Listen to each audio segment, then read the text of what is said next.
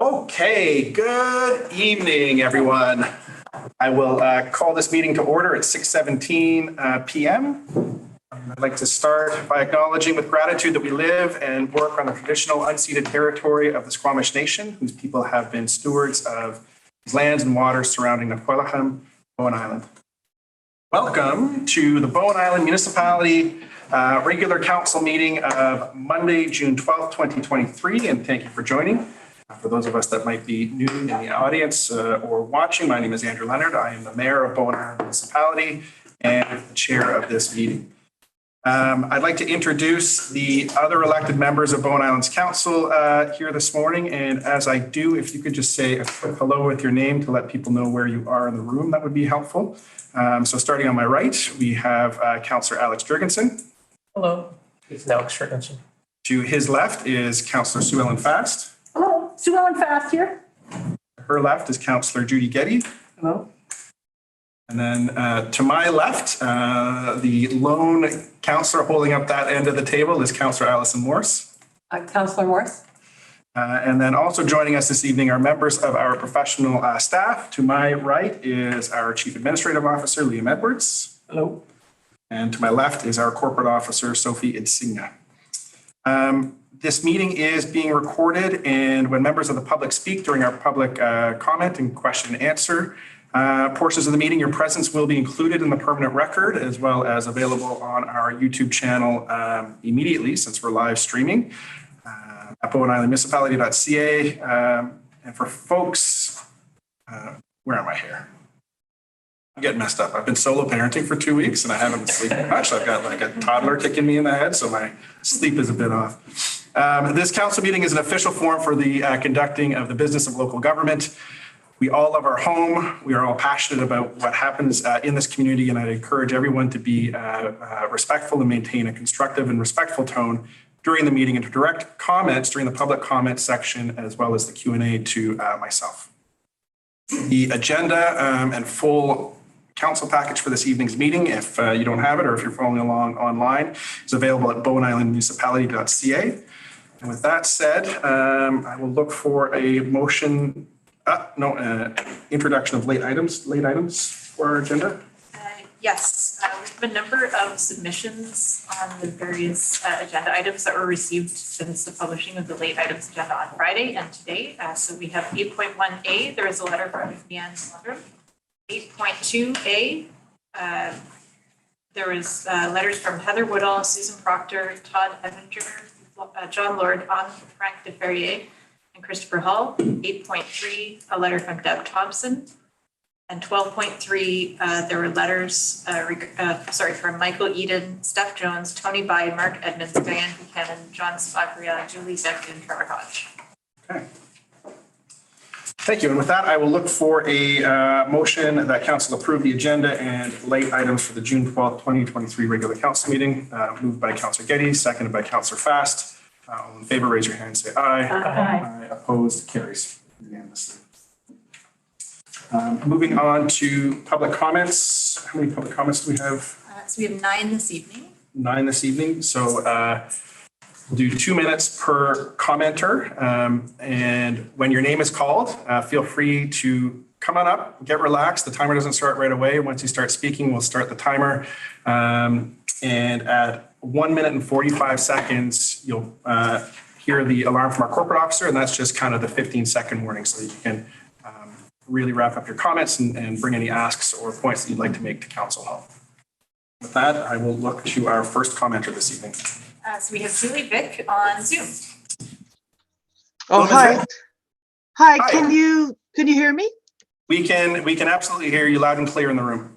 Oh, okay, great, because I can't see or hear. But anyway, I just was giving you the latest update of the petition, which is now 1503 or something. And which is 77% of last year's actual voters or 44% of the total eligible voters for 2022. And I understand that there's some questions regarding the validity or some people want to know more, but I'm right here. I'm ready to take any questions. I have been keeping really good records, I think. I think that it's, I still would like council to seriously consider an opinion poll. I don't think that we need to wait for the whole summer to waste time on other issues. We have such an overwhelming response, not only here, but the survey that Greg Shepherd did. It would be an easy, they say, oh, what you guys have said before, what's the good question going to be? Well, it's pretty easy. We just say up or down, yes or no to camping, or basically yes or no to XYZ rezoning application. I forget the number.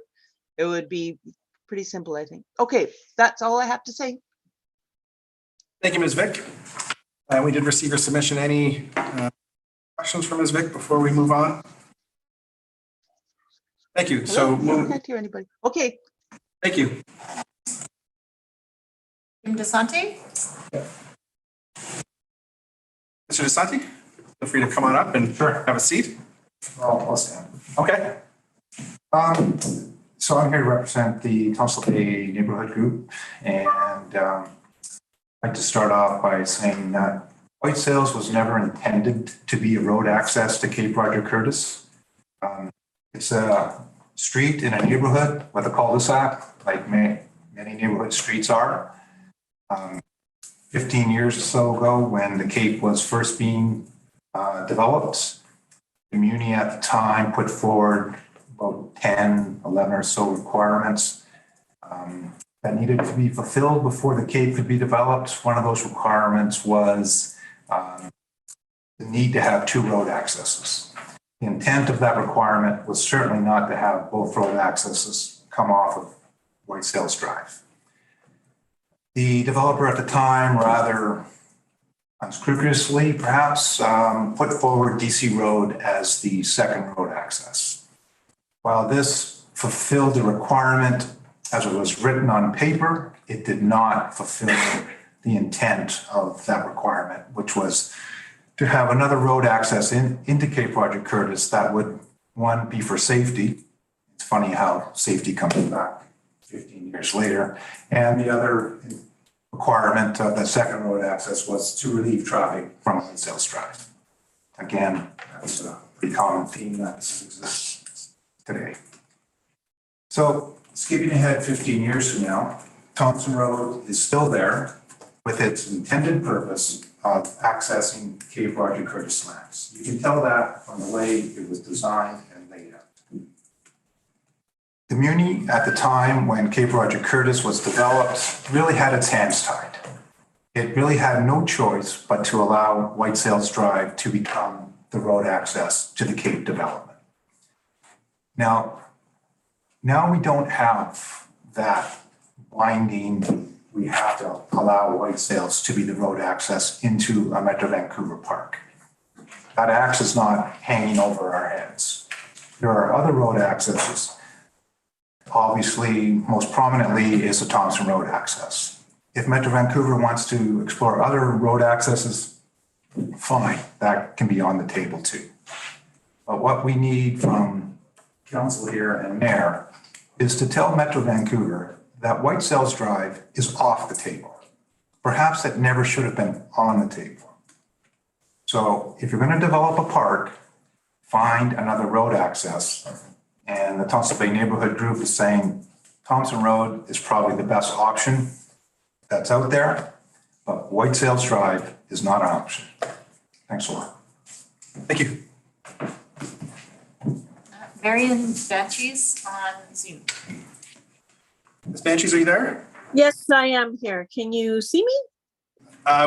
We can see your profile picture and we can hear you loud and clear. I guess my profile picture will do. Oh, here, start video. Okay. There we Thank go. you. Okay. Thank you, Mayor Leonard and council members. To date, I have yet to see you putting forward many of the requirements that our committees outlined in April regarding the park at CRC. Regarding traffic, on the advice of 5 committees, Metro should provide an independent report measuring road traffic for not less than 1 full summer long, ferry traffic projections, an independent report with realistic projected numbers of visitors daily, and a parking plan. Regarding the water supply, on the advice of 4 committees, Metro should provide an independent up-to-date water supply study. Regarding the environmental impact of visitors, on the advice of 5 committees, Metro should provide an all-season species inventory, an ecosystem surveys, a detailed plan to keep both day visitors and campers off of environmentally protected areas, as well as proposed penalties. Regarding fire and emergencies, on the advice of 2 committees, Metro should provide a detailed independent report on the requirements for managing an on-island forest fire and other reports on additional emergency services. Regarding the phasing in approach, on the advice of 3 committees, Metro should agree to metrics and fundamental go, no-go points for regular review and an exit plan. The council is still using the wording up to 100 campsites without question is increasingly alarming. The PTGAC recommended that there be a reduction in the number of campsites and the cumulative number of campers and days visitors be limited. I urge you to take the recommendations of our committee seriously and to include them in the requirements of Metro to supply before they are granted a second reading. To not do so would be disrespectful to the committee members as well as to your constituents who believe that you would take the committee recommendations forward. This is a much shorter version of a detailed letter that I will be sending to you, which I urge you to read in full and take into consideration. Thank you. Thank you so much for your comments here. Thanks. Steph Jones. Ms. Jones?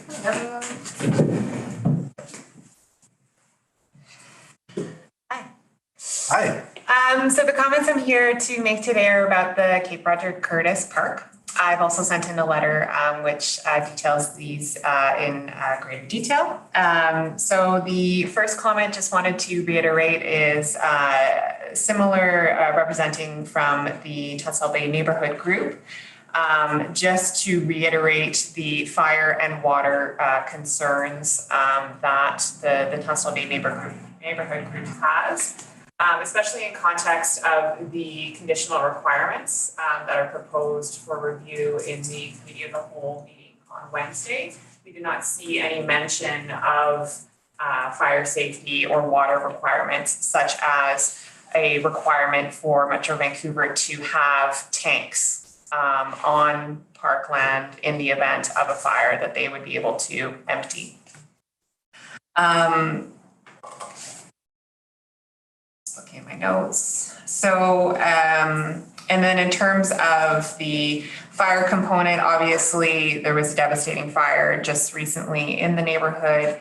And from the firefighters on scene, they reported that approximately 82% of the tank was emptied to fight this fire.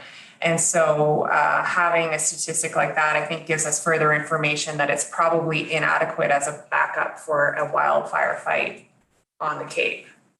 So, which is why we're also recommending for that storage to be taken on by Metro Vancouver on site at the park. So those were the comments on behalf of the neighborhood group. I just wanted to make a quick comment on behalf of myself, which is basically, I think we should all strongly consider what we think of as a park. In my personal view, I think they're done. They've protected the land, they've purchased it. There are trails for access, so they have met their vision as Metro Vancouver right now, today. They've protected and they're connecting through the trails that are available there today. So I would urge everyone to take a step back and think about what we think of as a park. And they're done. They've protected it. So I'll leave that thought with you as well. Thank you. Thank you. Ellen Hayakawa.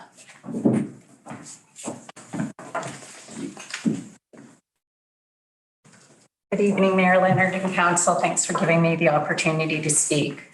I submitted a proposal to you last week for an alternative vision to the proposed regional park called Nechlelachom Eco-Spiritual Regional Peace Park, restoring, regenerating, and rewilding nature for present and future generations.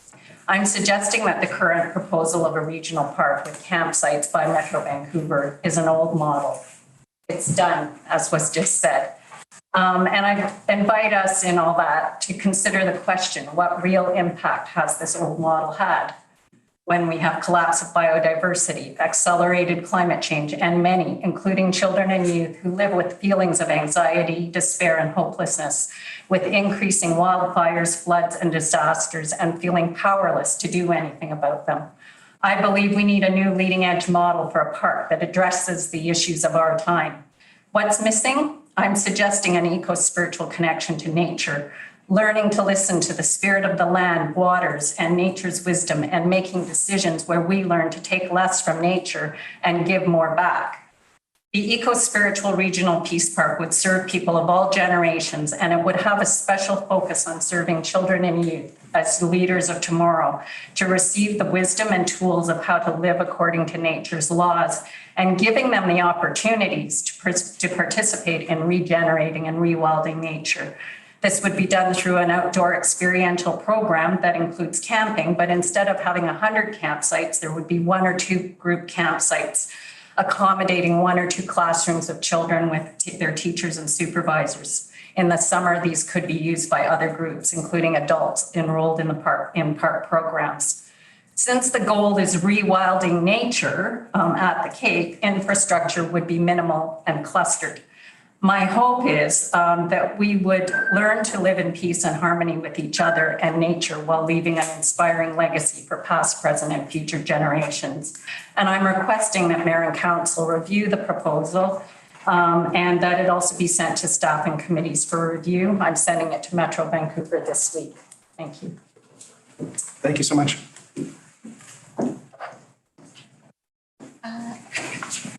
Is it Anne and Andre?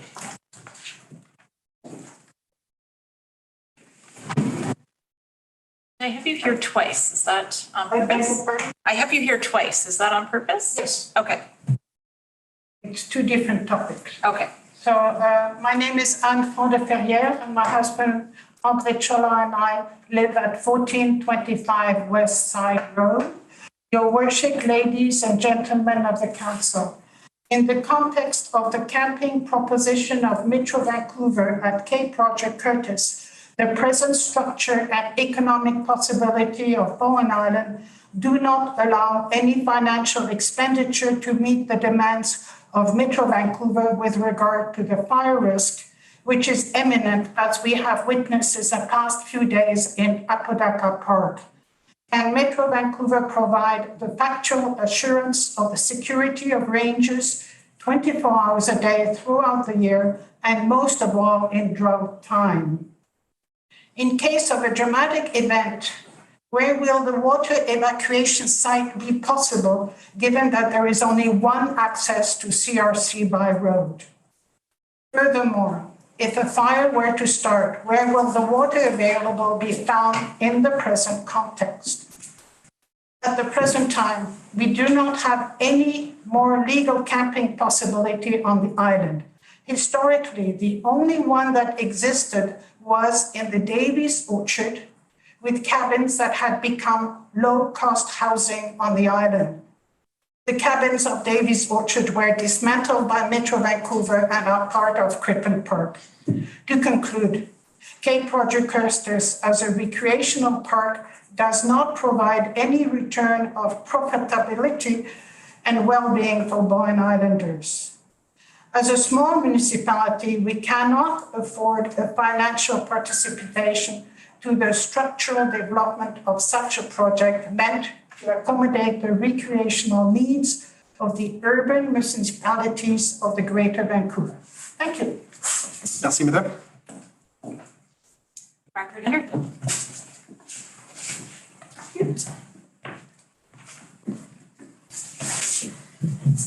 My comments are in relation to the TUP application for 511 Sunset.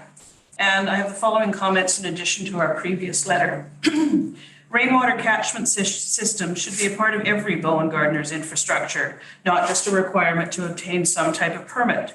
It's amazing how much water can be captured from a roof or a simple collection tray on top of a tank.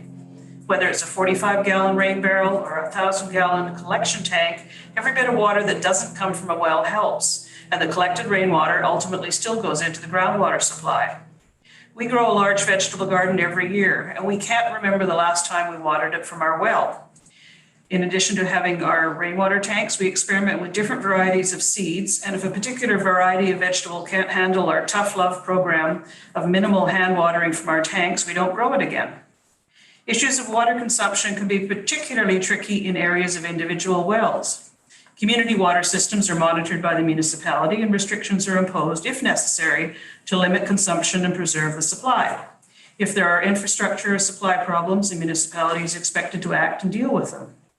Homeowners with individual wells cannot monitor or control the water behavior of their neighbors or turn to the municipality for assistance if their well runs dry. But islanders, excuse me, on individual wells still need to remember that we are in fact part of a water system.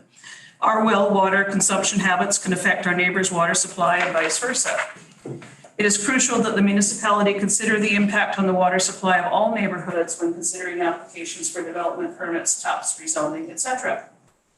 And we also feel that council and staff should also consider further ways to persuade and/or require residents to harvest rainwater. In the past, restrictive covenants have been attempted in new developments to encourage rainwater storage, but these are not a very effective tool, as covenants are seldom monitored or enforced until after problems arise. Given the climate change crisis, could council and staff develop amendments to the appropriate bylaws to require a rainwater harvesting plan before any consideration of applications for building permits, rezoning, TUPs, etc.? Thank you for consideration. Sophie, I'll leave you a copy. Thank you, Ms. Underwood. Thanks. And once again. So I'm talking about the top 2023-0066 511 Sunset Road. Your worship, ladies and gentlemen of the council. This is my response to Jennifer McIntyre's top application to operate a garden center and nursery at 511 Sunset Road. First, I want to take the time to thank staff for having included us in the mail-out application. We already have an official garden center and the building center with the authorization of the sale of garden equipment and products such as fertilizer, pesticides, and potting soil. In this case, garden center is the wrong designation for the area. It implies a much greater venture than the one that is supposed to be taking place at 511 Sunset Road. Can we recognize such a hobby commercial venture? And now I want to bring to your attention a few basic pieces of information that are missing from this application. All Sunset Estate households are on deep wells, and so it is paramount that our groundwater be preserved. A water quantity study, and I repeat, a water quantity study has to be conducted in order to determine the amount of water needed to run a garden center nursery at 511 Sunset Road. The map on the mail-out is lacking two such information as a north arrow, a scale, a legend, and a title. This property is located on a southwest facing slope exposed to the dehydrating sun and winds. This is important when assessing the potential water consumption of the business. Where is the information pertaining to the sale of plants? Number of plants stored, what kind, annuals for basket borders, perennial shrubs, small trees. Will the plants be in pots? And will sprinklers be used for watering and how often? A note, all plants designated for sale are best stored on a protected east to northeast parcel of land. It is assumed that the rainwater collections system will be installed large enough to store all the water estimated to be needed during a drought period. As you know, we just came out of 33 consecutive days with no rain. And with climate change, dry periods are heralded for the plant growing season. Is the local deep water well intended to be used as depot? If so, has it been provincially registered as a commercial well, which is a requirement since 2015? Is the applicant owner at 511 Sunset Road? And is she residing on the property? Requirements needed to run a home-based business outside the commercially zoned area of Bowen Island. Thank you, Madam. Okay. I have one sentence. The final comment. TUP seems to be a disguise to impose a commercialization and industrialization of our residential neighborhood of the Sunset Estate. And we're very upset about that. Thank you, Madam. That's your time. Okay, thank you. Suzanne and Gilbert?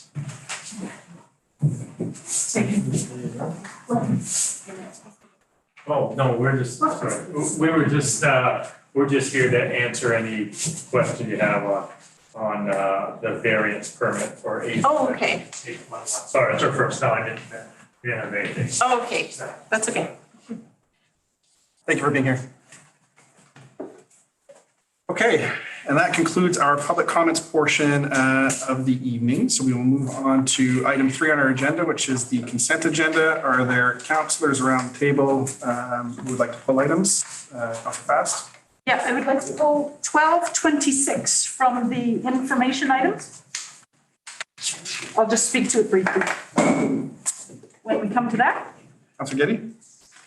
I have a whole slew of things that, mostly the correspondence, and I'm wondering if they can be referred to various committees. So, I suppose this is the time to pull them. The consent agenda 3.4, if that could be, We'll take the item numbers then and we'll just hit them off one by one. But sorry, I see that it is being referred to a committee now. 12.3 sub B and F. 1215. And then there's all the letters that have to do with the ferry.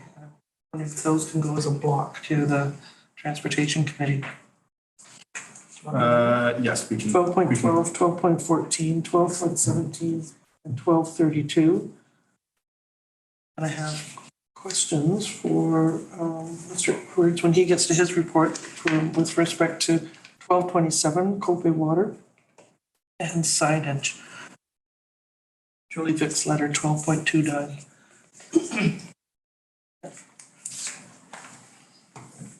Okay, so any other councillors wishing to pull items from the consent agenda?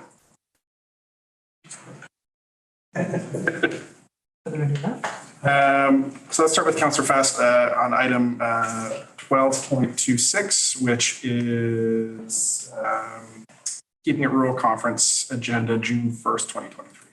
You don't want to, are we going to do all the consent agenda things at the end? Because I would like to move adoption of 3.1, 3.2, 3.3, 3.4, 3.5, and 3.6. Oh, so the remaining Yeah. items. Sure, let's move adoption. We can move adoption. Okay? Seconded by Councillor Jurgensen. Any discussion on adoption of the consent agenda? Seeing none, I'll call the question. All in favor, raise your hand, say aye. Aye. Opposed, carries unanimously. Thank you.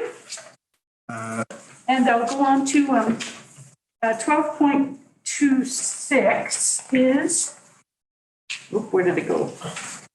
Here it is. This is the Keeping It Rural Conference. It's just a link to the program for that conference that was a couple of weekends ago in Kelowna.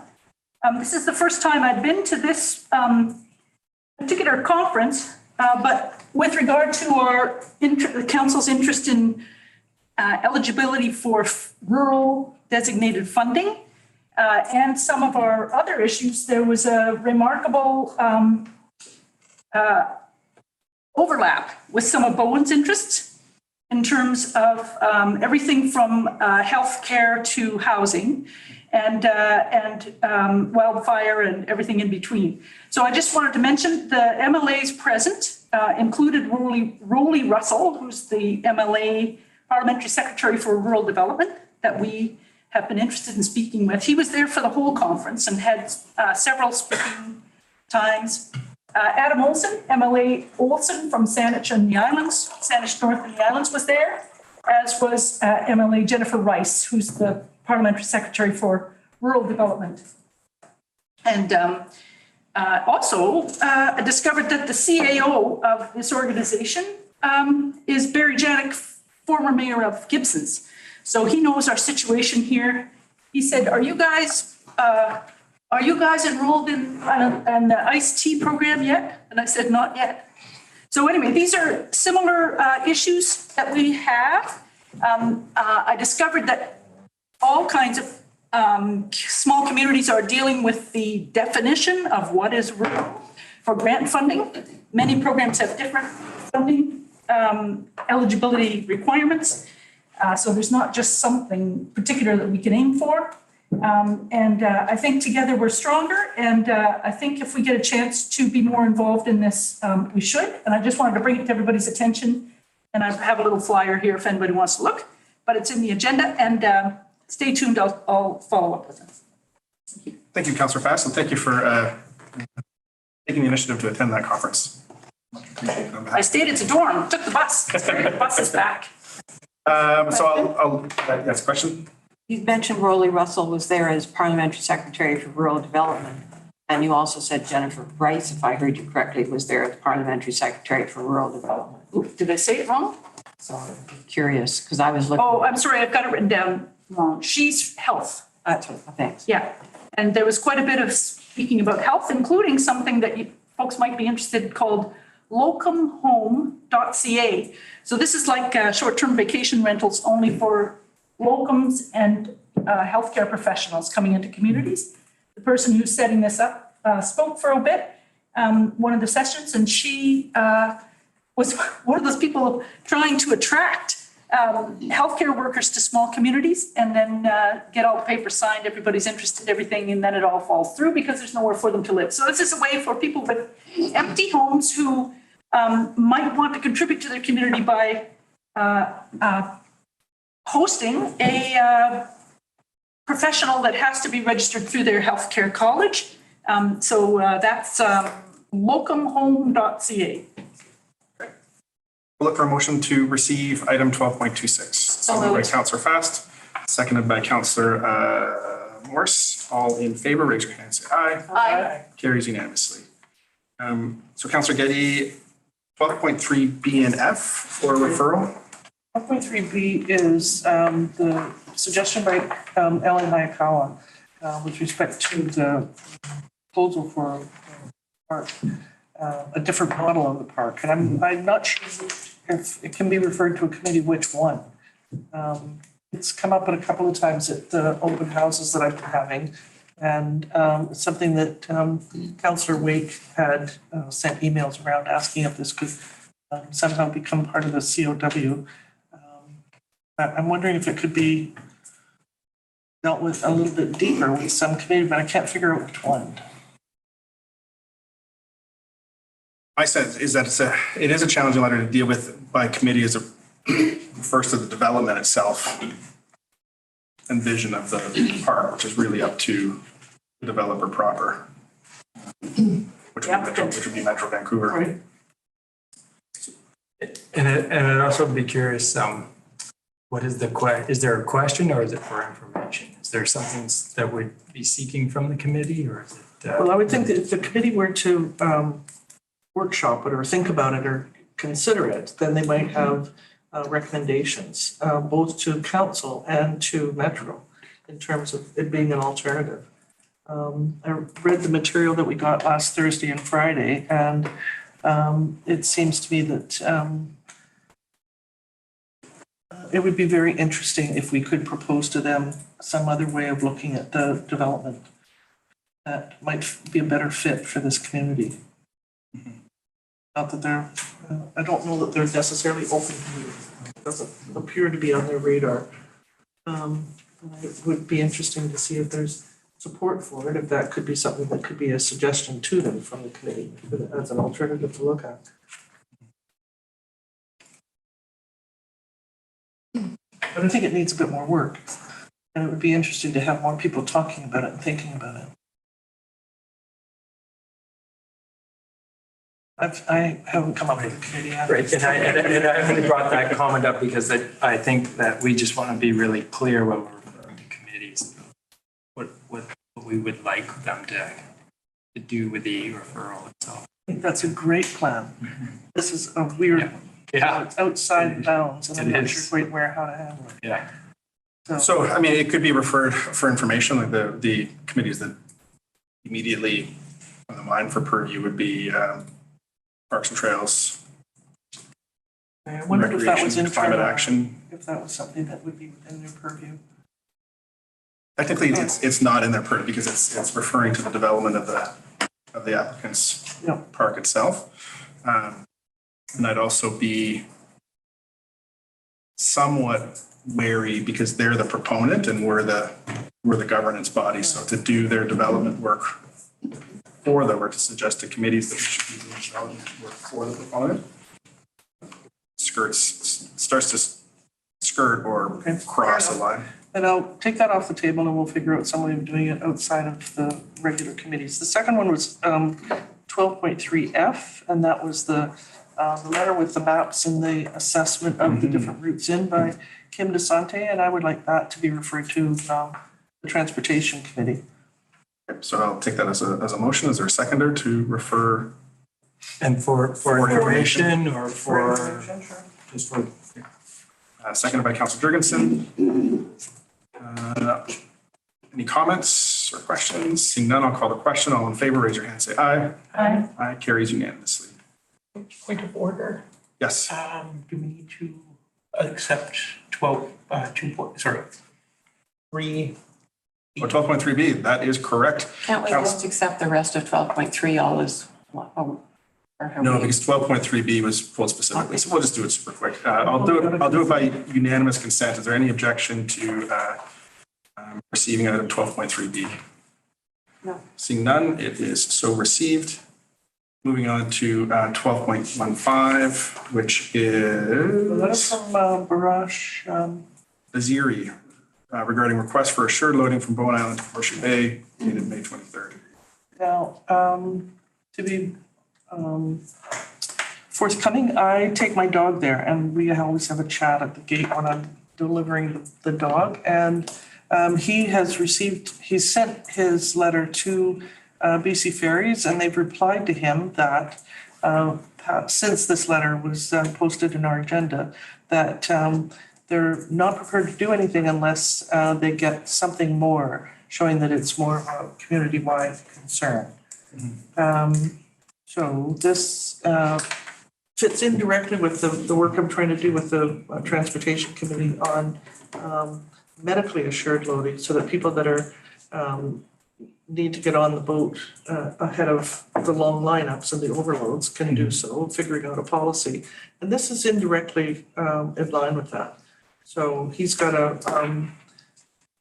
both the dog place up in Sechelt and the two that are on Bowen, they pick up animals and they keep them in the cars and they're having trouble when there's overloads and lineups on, because they're not holding us underneath the Sechelt area so that it's on the tarmac and in the sun. So I'd like this one to go to the Transportation Committee as well, because we're working on trying to figure out who the contact is with BC Ferries to work out the policy that they don't have at this point.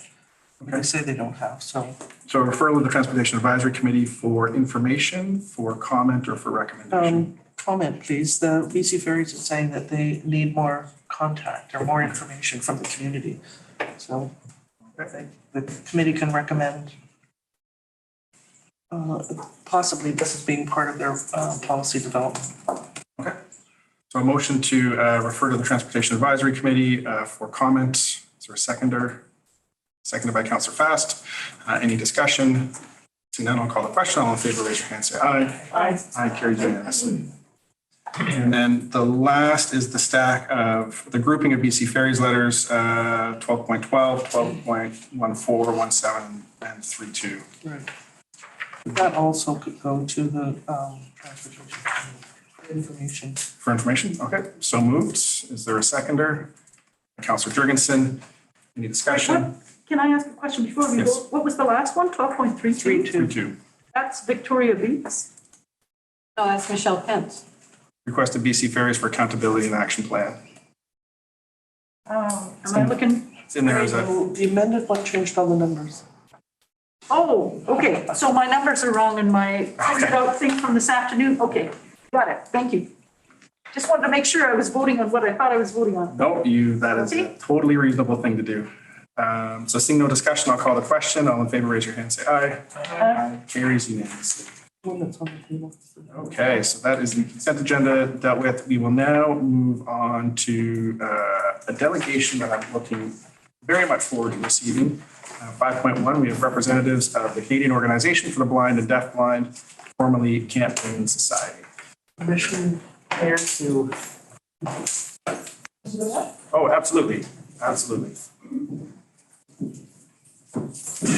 Anybody like a glass of water of your delegates? Yes, please, actually, my throat's dry. Yeah. I should have brought some water with me. Thank you. Perfect. I'm in the right chair, right? Yes.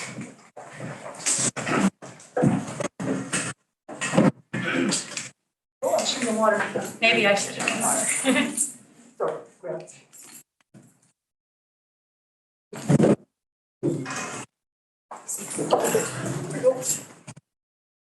Sorry.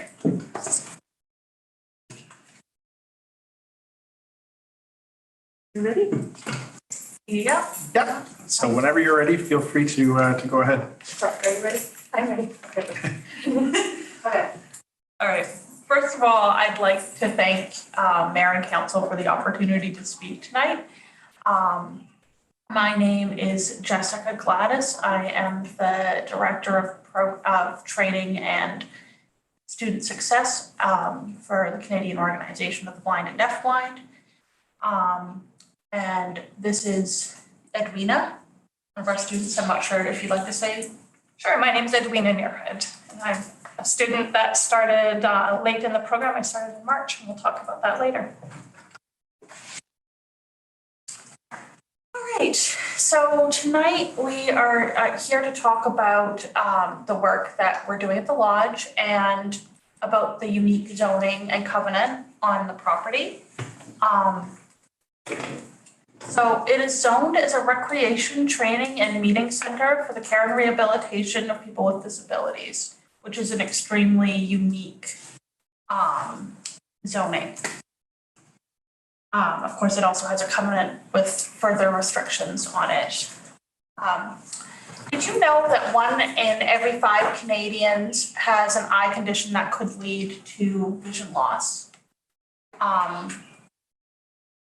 And perhaps more staggering than that is the fact that there's just really not a lot of services in Canada to help with people getting back on their feet.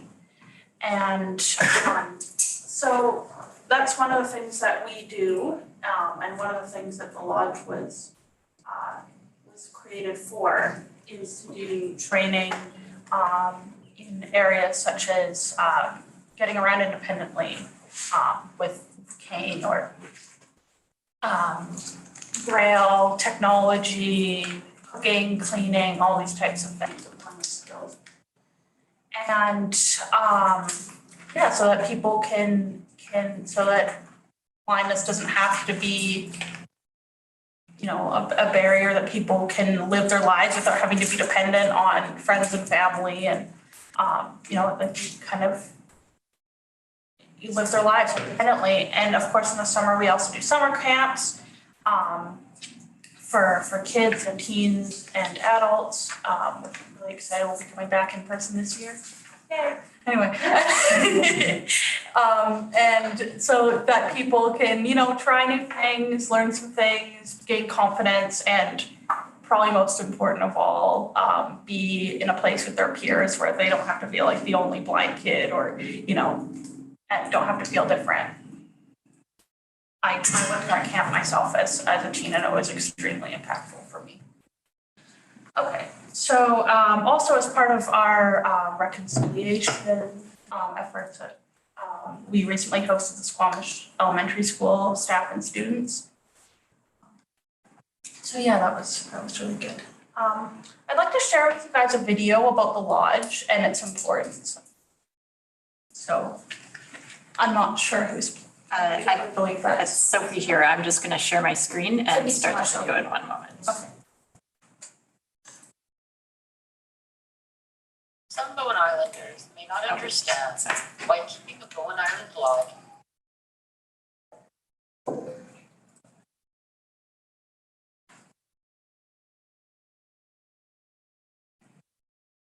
Any chance we could go a little bit louder, Sophie? Yeah, We're still getting it up on the big screen. That was just off her laptop there, so. She's working on it. Yeah, almost there. fair enough. Yeah, I just checked. yeah. Oh, I have to share it on my laptop, the audio, because otherwise we're gonna get feedback from this. Okay, Um, do what you need to do.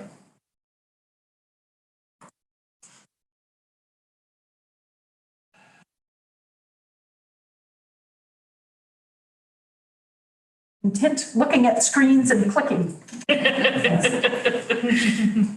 Got the audio description, like the. Yes, that's right. Descriptive video, yeah.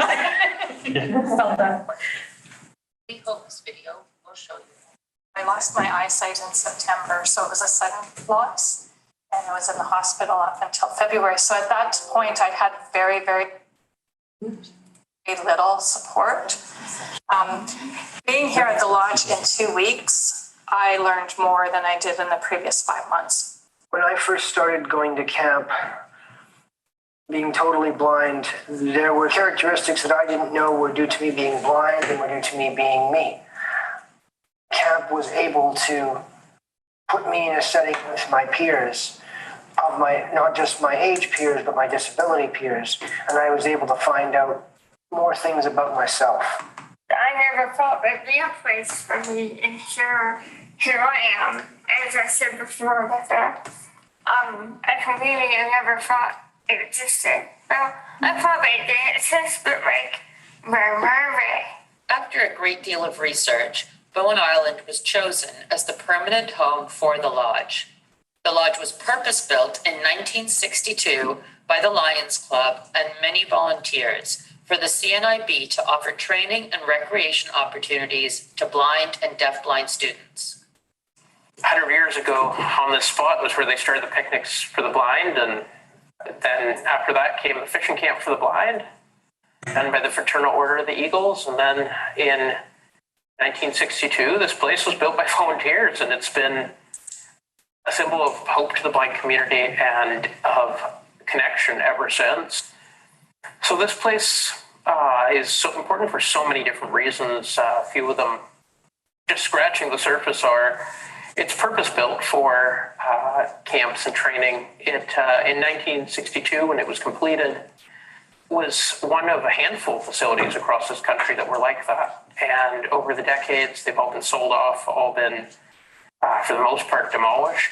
And we don't have a purpose-built facility in this country other than this one left. The lodge was situated a 2-minute walk from the ferry terminal and a 5 to 10 minute walk to all the shops and cafes, allowing students the opportunity to safely practice their long white cane skills and maintain their autonomy early in the program. The proximity to the village means students can travel without relying on the bus or shuttle. The proximity of Bowen Island to Vancouver makes it possible for students to practice long-range and urban travel, as well as their independent skills. If we were on the west side of Bowen, as lovely as it is over there, it would be really hard for blind people to walk around and get their groceries or have a social night at one of the restaurants. We're in a perfect location here too. I mean, we're right in the area of Snug Cove, right? Which is a protected, sheltered area. So we can do water activities in that if we wanted to, or walk down by the beach. But it also has the added benefit of being basically about 5 minutes away or so, if you're a decent stride from the ferry. So we can get into town. We can go over to Horseshoe Bay. We can catch transit from there. Basically, I like this location because learning travel at first, it's close to a lot of things, and it's very easy to learn routes to a few things at first and feel accomplished very quickly. I go to the Snug, I go to the pub, I go to Doc Morgan's. The lodge and its property are under a strict covenant, limiting its use principally to the blind and deafblind. The beach is the only coastline in all of North America reserved for the specific use of the blind. This property is unique in its design, its zoning, and its location. So the covenant was put into place in 2002 to restrict the type of activities because this lodge has been put in a residential neighborhood, and that wasn't by accident. The view was that blind people shouldn't be apart from the rest of the community in some institution somewhere. The Snook Point community, that is what emerged from that. Because of that, protections began to be needed when commercialization of this property was the goal. When people were trying to turn this into a business, the neighbors wanted to have a quiet, peaceful place where they could enjoy. And so the covenant was born to protect that, but also to protect and ensure that blind people would have a space for years to come. On Bowen Island, you get friendly locals who come up and they greet you, and it's been really amazing having that experience, connecting with the locals. They'll say, "Oh, hi, how are you doing?" And or if it's somebody you know, they'll address you by name, and it's very homey. Like it feels very. I feel very at home here. It's priceless. When you live in a world where a lot of places you just kind of have this sense it's like I don't 100% belong. It's priceless to have a place that can be somewhere. Bowen Island has that 100-year relationship with the blind community that has meant it's become part of the social fabric of this community. Like, people here understand blindness and deafblindness in a place that in a way that I have never seen in any community. And I have traveled extensively across Canada and the United States. It is not just important to blind and deafblind Canadians. For over a century, Bowen Island has hosted camps and events for the blind and deafblind, and has a reputation for being one of the most inclusive communities in Canada because of the small island's acceptance, accommodation, and protection of the covenant that enables the blind and deafblind community to stay vibrant and connected. In the 80s, Joe Lewis, one of our former directors, made a comment to the effect of, when a blind person gets off the ferry, they're in a whole different world. And that's so true today, just as true as it was in Joe Lewis's time. The people who worked so hard to make this place the place it is would never have stood for what was done to it and what continues to be done to it. CNIB betrayed the blind community in 2010 when they sold this place. All right, and now I would like Edwina if you would like to share some of your experience. Sure. So as I said earlier, I arrived at the program a little bit late. I had a heart transplant in September 2022, and unfortunately, due to complications, I had a total vision loss and was in the hospital for 5 months. And during that 5 months, I had less than 12 hours of support for occupational therapy of the blind. Now, in my past life, I was president of the Provincial Association of the Appraisal Institute of Canada. I wrote decisions for the Property Assessment Board, and I was a real estate appraisal advisor for Canada Revenue Agency. So I was right at full stride in my career, so I have a lot of marketable skills, and I'm really looking forward to gaining that experience and knowledge to be able to use some of those skills. Now, I was quite devastated when we were looking for some place for me to go where I could have intensive training. There was very, very little resources available, and it was just by accident through family friend. Jessica's family is from Port St. John as well, which is my hometown, and they mentioned Bowen Island to us. And it was just such a great fit. So I came here, and within 2 weeks, I learned more than I had in the previous 5 months. And within 2 months, I was in Vancouver for some medical appointments, and I was comfortable enough to walk from the hospital to my downtown apartment 2 blocks away by myself. So that's pretty incredible to be able to have that support, to be able to get the hope of my life back. And I'm just so grateful and so excited to be here, be a part of the program, and to just be held by the community. It's so welcoming and so supportive. They've taught my family a few things. We're like, we do this all the time. Let me show you how it's done. And it's really made me feel back to my human self. So, thank you to all of you, thank you to the community, thank you to Capital One for all that they've done. And I'm looking forward to coming back in September and finishing off the rest of the program. So I started at the end and I'm going to finish at the beginning. It's a place of hope. I didn't have hope before I found Capital One, so I have hope in life again. Thank you. Sorry. Thank you. No, it's a very moving story, particularly when I would encourage everyone to read the materials that were attached to this evening's agenda. And my immediate heartfelt thought when you thank us and you thank the community, it's really like, thank you. I mean, Camp Bowen adds tremendous diversity to our community. It's a tremendous asset to our community. It's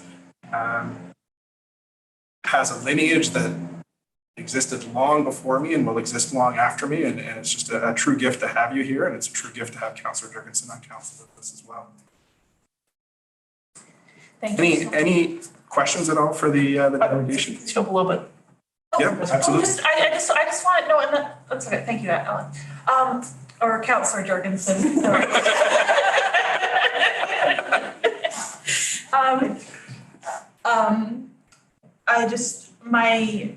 I guess our ask here before we do any questions or anything like that, is there's been some word that there's a potential for a rezoning application to go in. And we're here just to ask that you uphold and enforce the covenant and don't change the covenant or the zoning, because it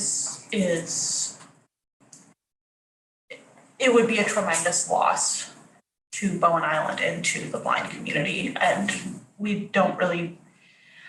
I don't want to see this 100-year legacy of hope and connection and it comes to an end. Thank you very much.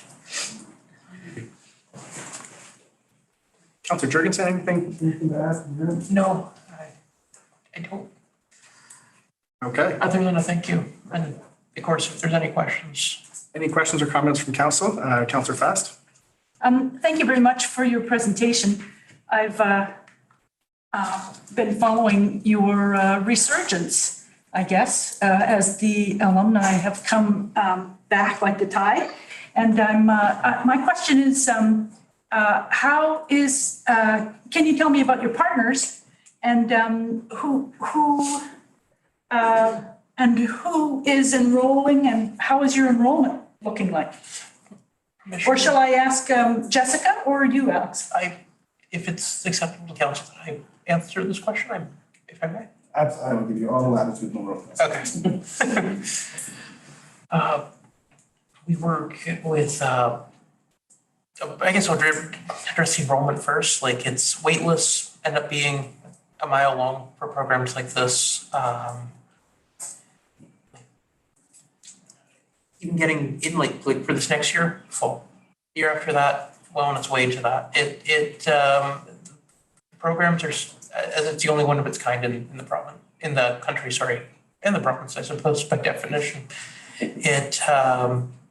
These kind of things fill up fast. At capacity, there's peak capacity for 308 participants per year in small groups. And that includes the camps in summer. And there's a lot more need than even we can fill. But right now we're doing everything we can to meet the need as best we can through our work with many other organizations. The Canadian Council of Blind and Alliance for Quality Blind Canadians are two bigger names that we definitely work with. And Provincial Resource Center, visually impaired. Which works with kids in the schools. Yeah, K-12. And as well as a number of smaller blindness organizations. And we get blind sports. We get referrals from both medical professionals and schools primarily. Thank you. And what was the second one? The Canadian Council of the Blind and? Alliance for Equality of Blind Canadians. Thank you. Both of whom who have submitted letters of support last time a rezoning came forward. Thank you.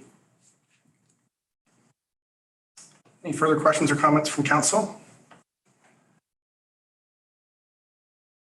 All right, I'll look for a motion to receive the delegation. So moved by Councillor Fast, seconded by Councillor Getty.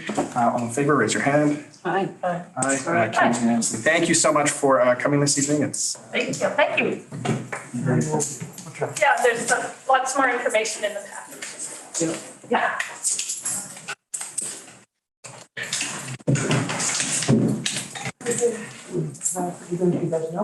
Oh.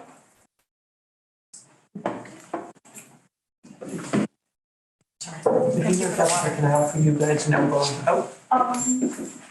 Sure, unless Barbara. Barbara's got it, I think. Yeah, I think so. Okay, have a good night, everybody. Okay, thank you.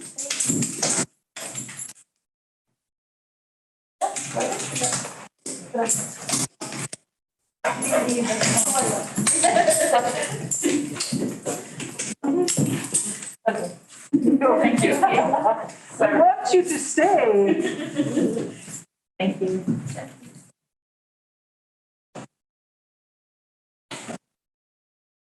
okay. Moving on to item 6.1, we have an update on the proposed Snug Cove Sewer Amendment bylaw from our CFO, Kristen Watson.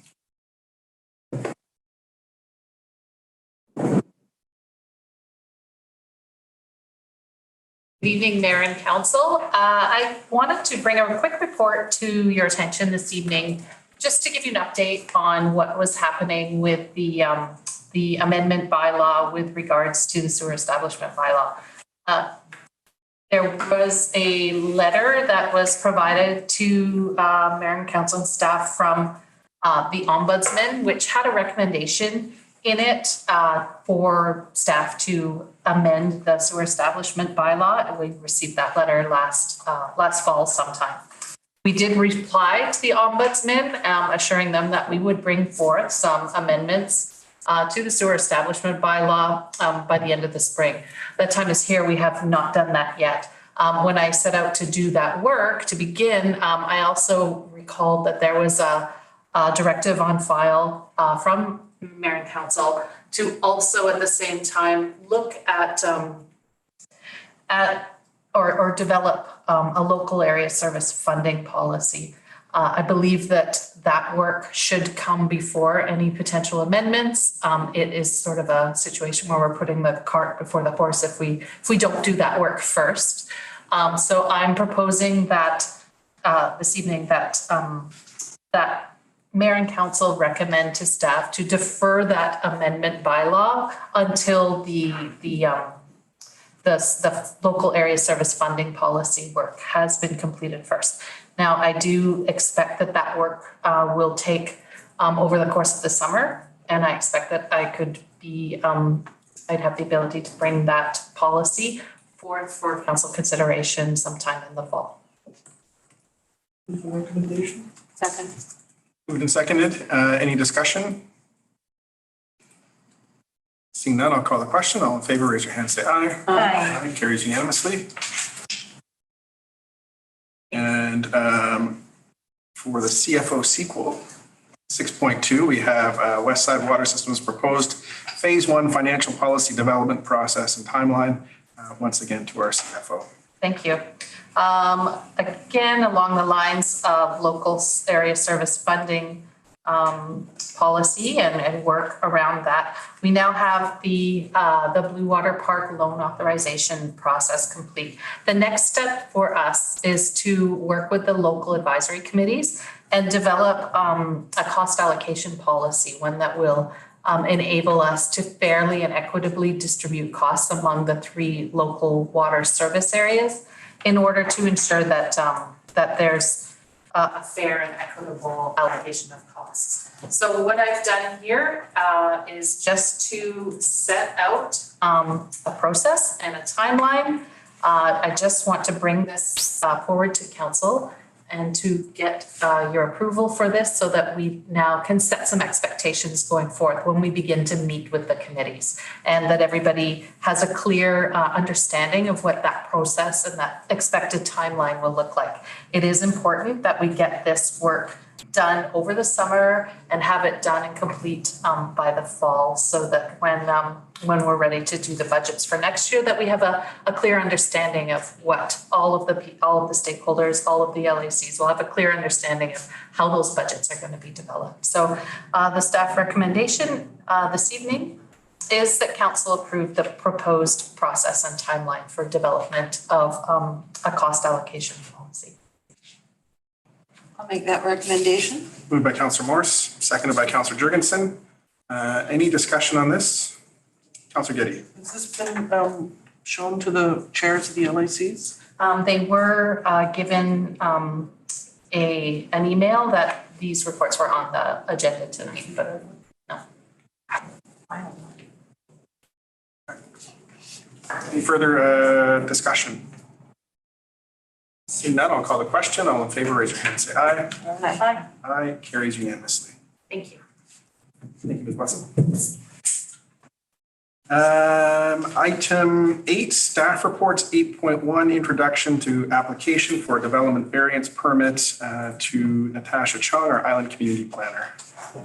Hi, we can see you. Yes, thank you. Good evening, Mayor Leonard and Council. So I will share my screen here.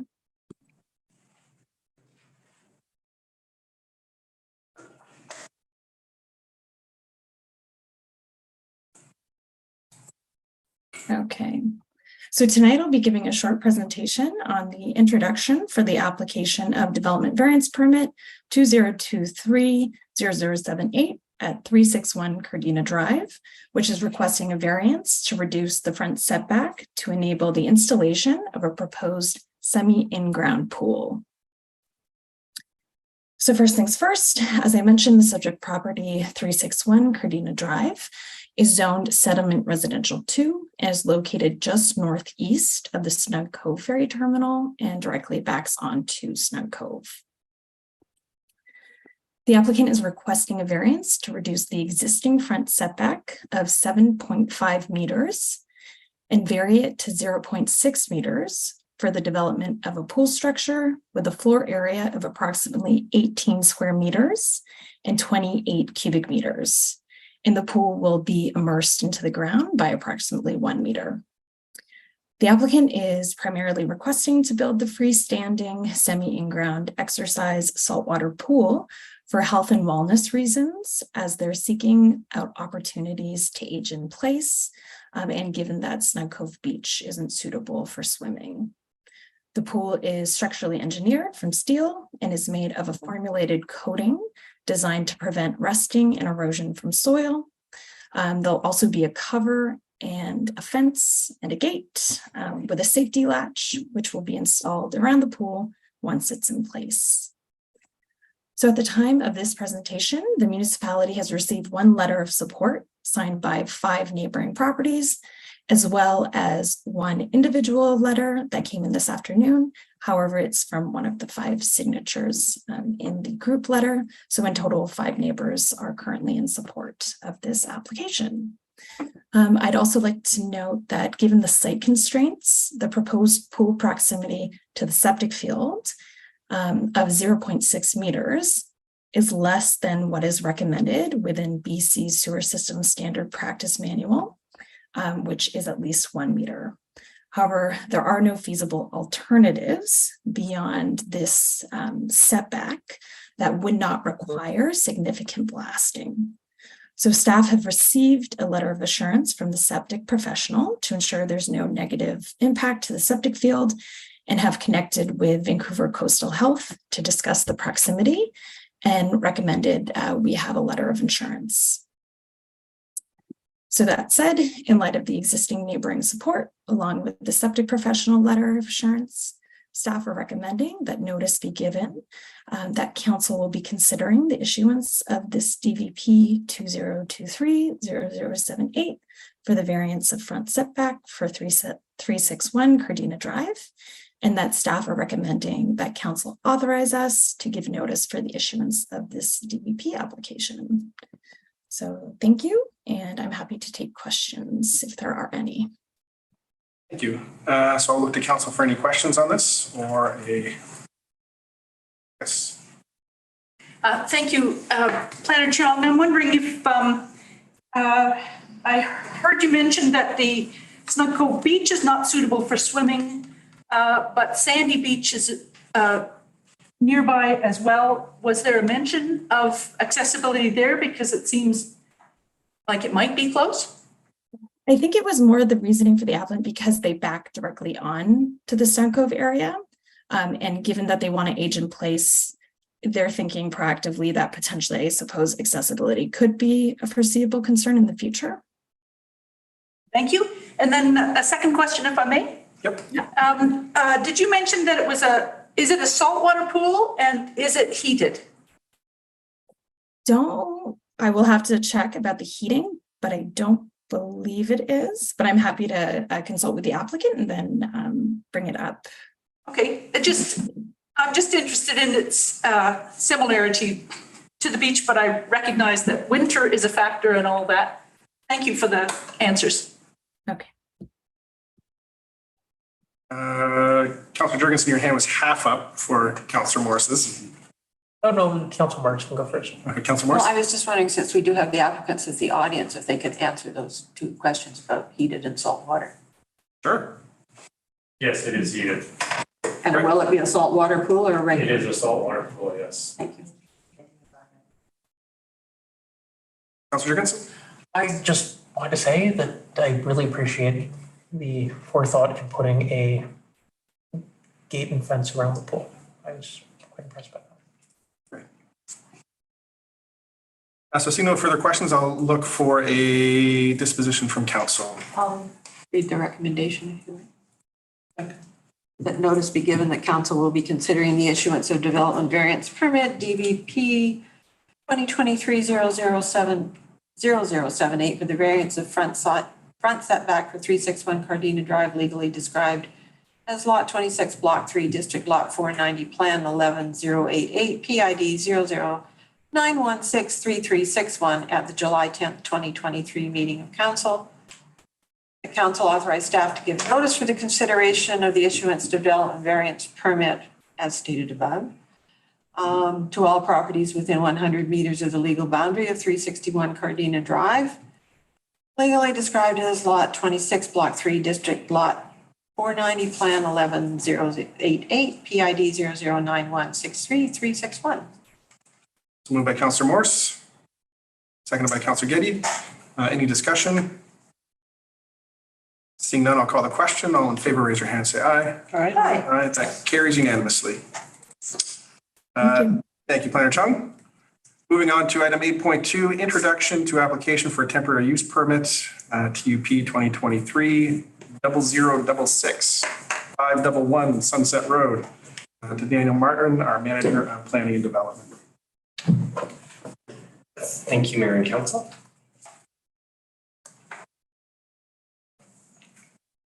So as the Mayor said, I'm here to introduce an application for a temporary use permit. So the application is for a property at 511 Sunset Road on the west side of the island. The property with a comprehensive development zone, and it permits principal uses of dwelling, agriculture, and artisan industry.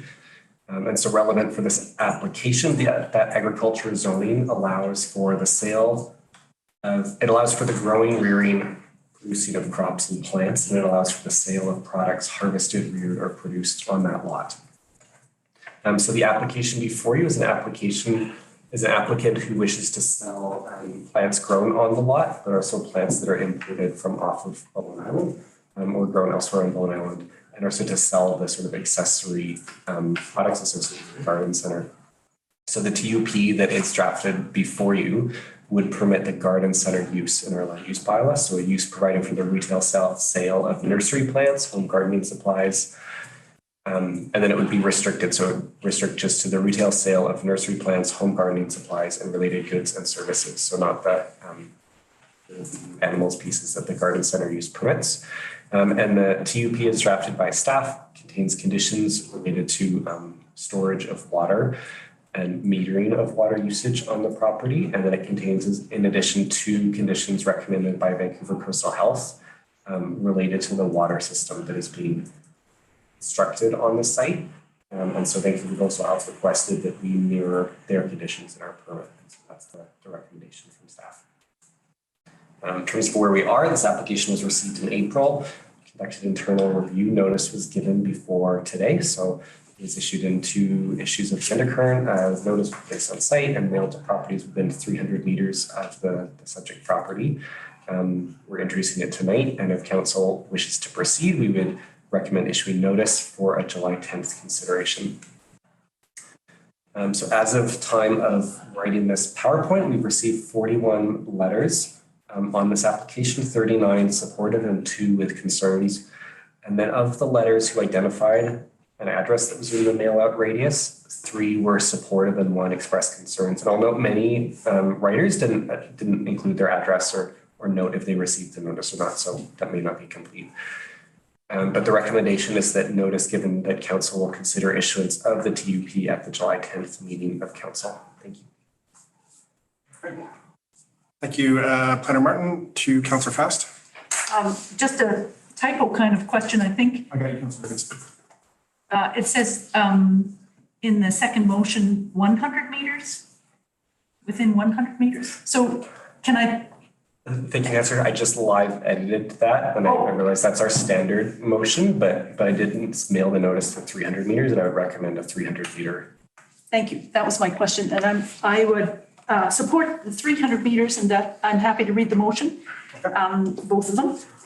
I'm just going to quickly go to Councillor Jurgensen first and then Councillor Getty as they were in the speaker's order. Through the chair to Planner Martin. Two questions, one for my own clarity, and the other one raised by one of the presenters earlier tonight. Is the owner, is the applicant a resident on the property? No. Okay. And the second one was regarding, as I understand it, the site was previously the Ruddy Kitchen and Garden, or am I incorrect? Correct. That's the site is where the owner of the Ready Potato owns, or they're co-owned by the owner of the Ready Potato. Okay. Yes. And they previously had a garden business at that site? What I'm aware of what they operated on the site was essentially the food production component of the Ready Potato. So many of the deli foods that are served there were produced at this site at 511 Sunset. Okay. And they operated a small cafe up until COVID, I believe. Maybe just before that, but a small cafe where they sold some of that product on site as well. Okay, thank you. Councillor Getty? Well, I sent you an email earlier in terms of the percentage of imports as opposed to what was grown on site. And there was a number that was attached to the Riley's cidery that was different from the one that went with the Bowen cidery, with the ALR regulations. And I'm wondering if there's something in our OCP or land use bylaw that has percentages of products that are brought in, that if it could be not for this this TUP, but perhaps just to regularize and have it so that the percentage of things that can be brought from off islands. Sure. So the Bowen Cider House is located in the Agricultural Land Reserve, and their requirement for a cidery or alcohol production facility is that 50% of the product is grown on site, 50% can be imported. And the TUP for Riley's cidery, what was adopted was a requirement that 25% be produced on site. And that is to mirror the requirement of a manufacturing license from the Liquor Board, as a lower threshold than the ALR. In terms of within our bylaws, there's not a requirement like that in the official community plan. And what the land use file contains is that agriculture definition that says all the products are in the site. So you have a percentage, it would be 100% is on site. So if somebody wanted to operate often use the example of, making apple juice without getting into the alcohol side of it. You could produce apple juice, but 100% of the apples would have to come from on site to comply with our agricultural zoning. And the other one was, does a TUP go with the land or the operator? A permit would run with the land.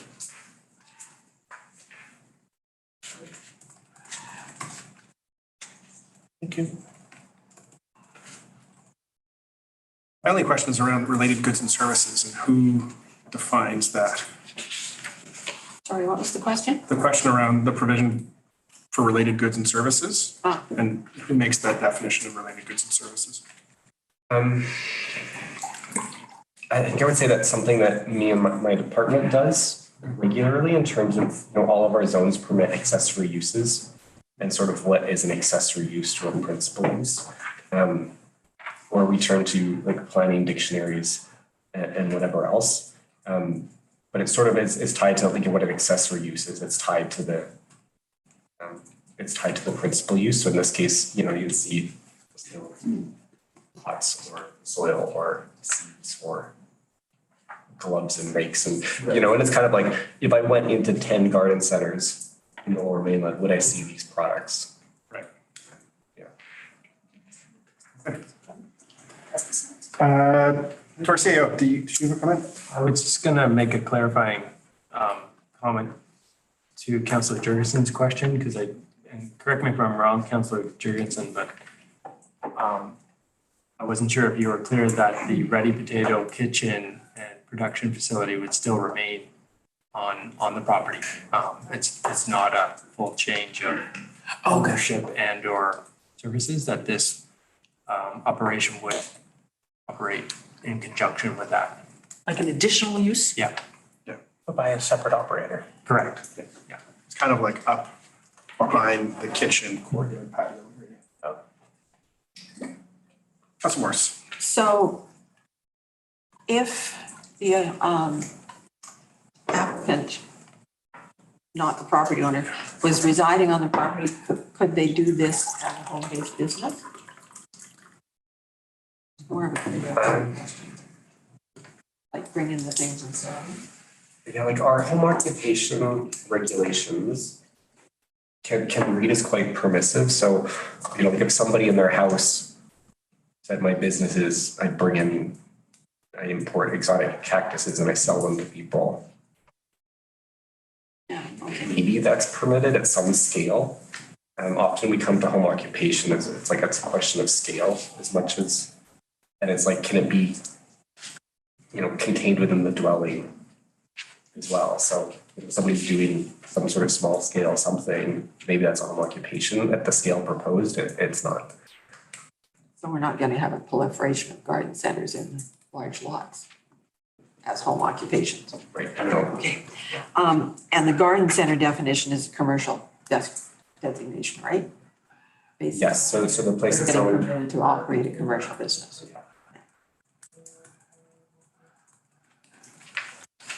And is the Ready Kitchen still operating? I believe so. Yeah. Okay, because somebody told me they weren't selling. It closed, yeah. It is? Yeah. Okay. Councilor Fast, and then we'll look for a recommendation or a motion.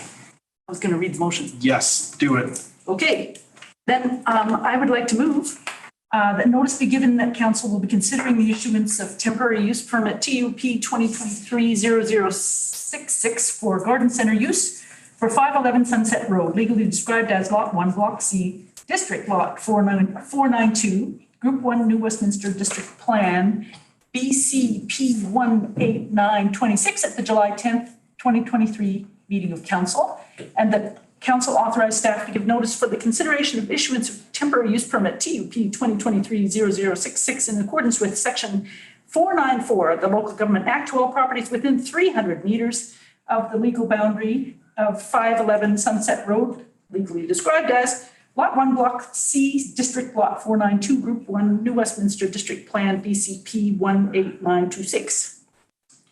Okay. Seconded by Councilor Getty. Any discussion? Councilor Fast?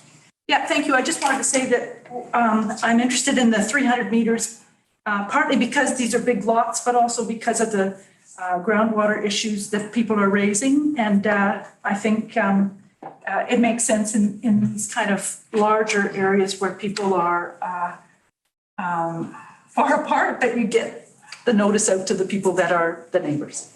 Thank you. Any other discussion? Seeing none, I'll call the question. All in favor, raise your hand, say aye. Aye. Aye. Any opposed? Drop my pen. None. Carries unanimously. Thank you. And just a housekeeping motion to receive the letters in 8.2A, 8.2B. Councilor Getty, second by Mayor Leonard. All in favor, raise your hand, say aye. Aye. Aye. Carries unanimously.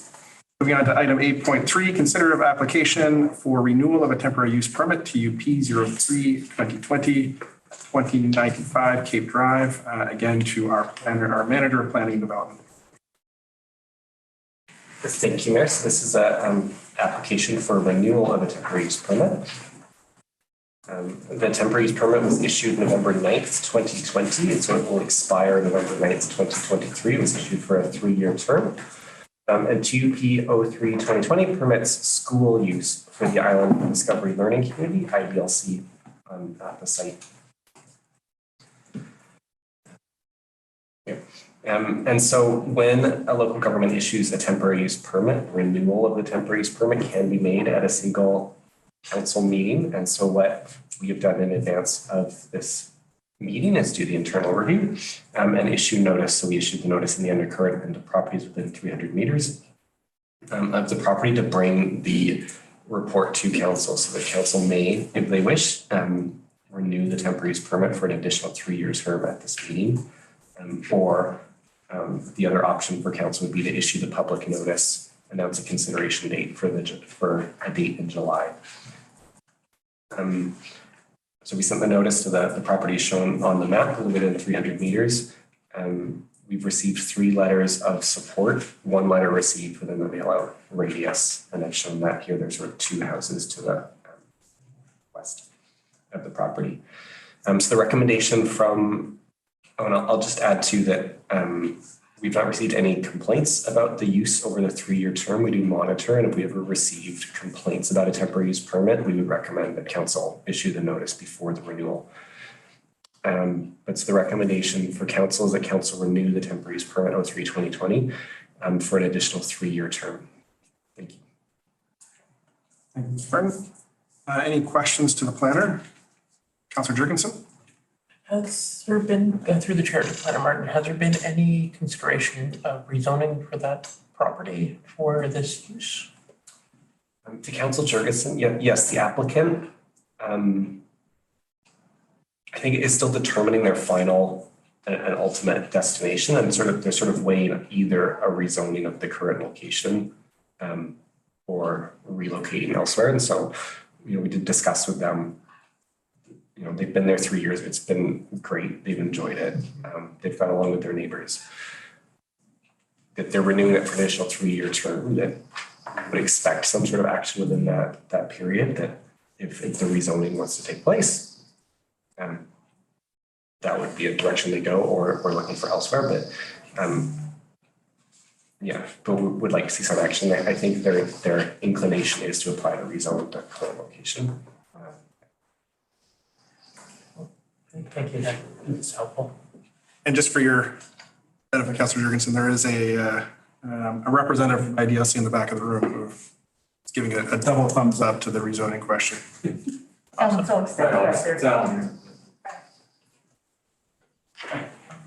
Councilor Getty. Just a comment that it's a whole lot less controversial than the last application. I was thinking that the chairs are empty here. Councilor Fest? I'd like to read the recommendation. Yes. I move that council renew temporary use permit TUP 03-2020 to Alan Sogstad on behalf of Island Discovery Learning Center for 2095 Cape Drive, legally described as Lot 41, Plan BCP 43-265, District Lot 1548, Group 1, New Westminster Land District, PID 028132441. Okay, moved by Councillor Fast, seconded by Councillor Jurgensen. Any discussion? Seeing none, I'll call it, Does it Councillor have to Giddy. be read exactly as it's recommended? Center instead of community? Oh, sorry. Sure, do you want to, Amend it? or we can do just by unanimous consent, without objection, we'll change. I'm sorry, I'm used to calling it center and I meant to say community. Any objection to changing center to community? No. Seeing none, that amendment carries. Good for the catch. And any further discussion on the motion? Seeing none, I'll call the question. All in favor, raise your hand, say aye. Aye. Aye. Carries unanimously. And then unless there's any objection, we'll take 8.3A, the letter, and receive it. Seeing none, that is received. Thank you very much, Mr. Martin.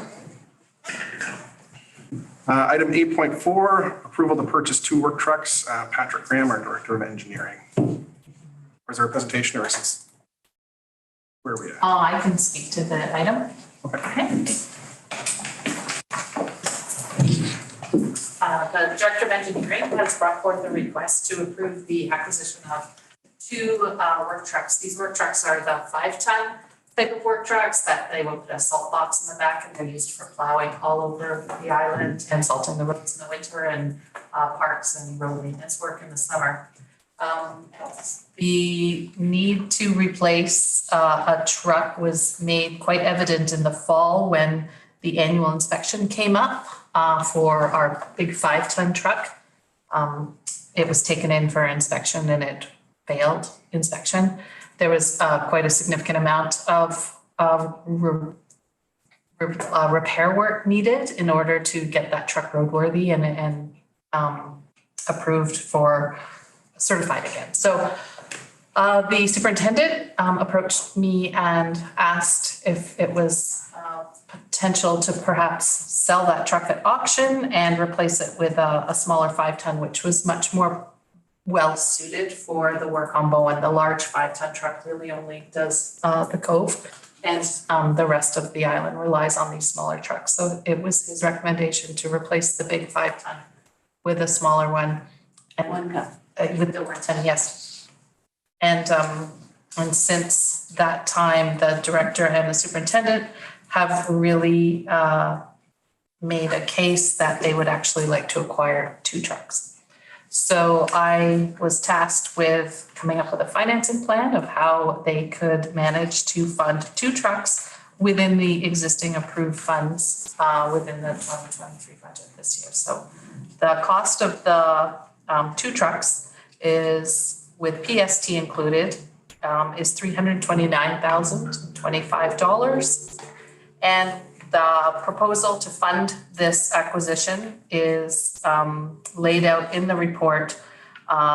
Potentially the only bit that may need a budget amendment if they aren't able to defer some work or reduce the scope of some of the planned road work for this year is that we would need to access $54,000 that would be available in the equipment replacement reserve. But the Director of Engineering has indicated that he believes that there is potential to reduce plans or defer a little bit of maintenance in order to meet the $54,000 final piece to fund the total acquisition of the 2 trucks.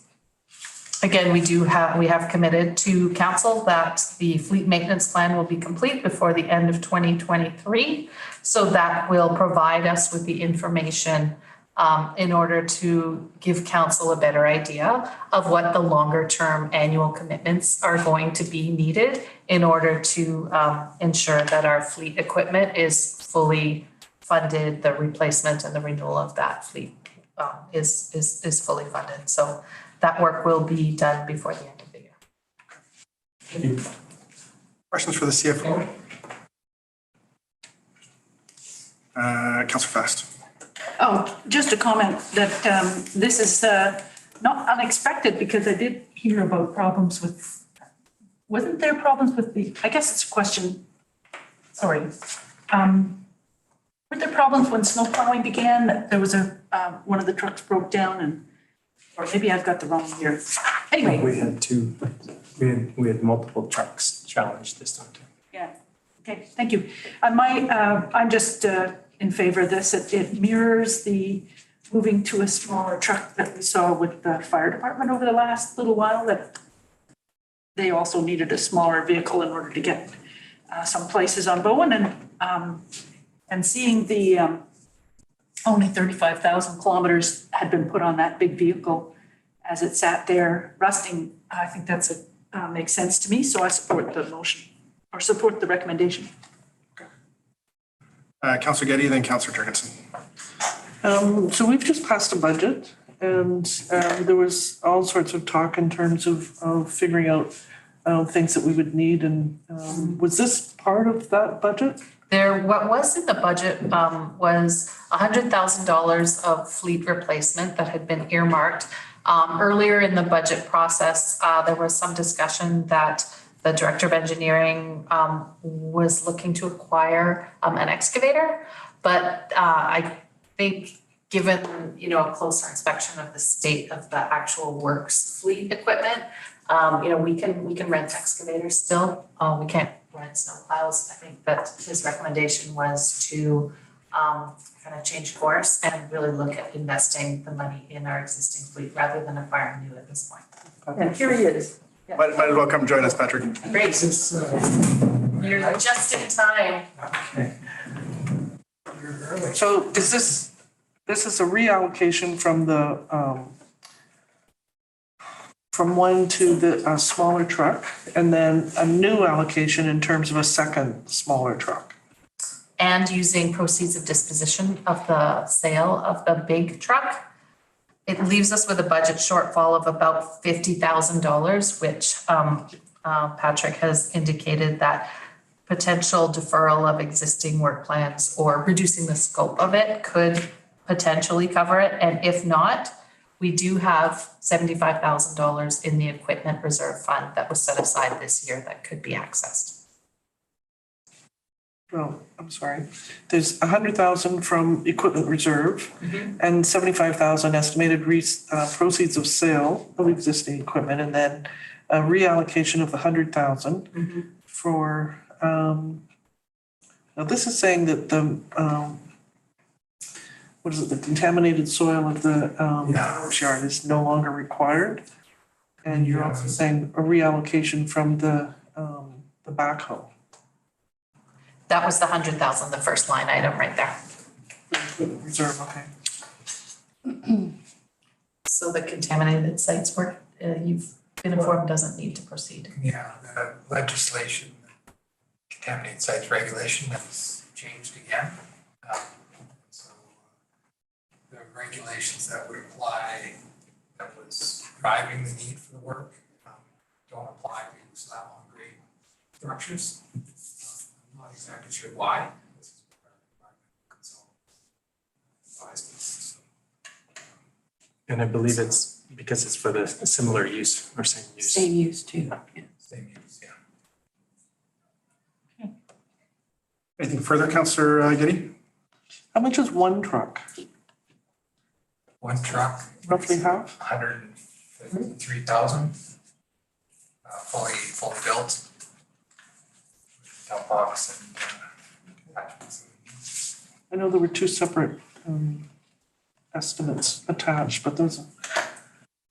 Very tiny piece of print on the top right corner that says 2 times 153 something. Thank you. Yeah. Which I found out by searching. Councillor Jurgensen, then Councillor Morris. Actually, my questions have been addressed already through the discussion so far. Thank you. Councillor Morris? So the 54,000 that's being relocated, potential funding resulting from capital work plan savings, if those were planned work on roads and stuff, are we robbing Peter to pay Paul? Well, a lot of that work is actually planned for design work on a number of culverts around the island. And we have gotten proposals back on an RFP, which are lower than expected.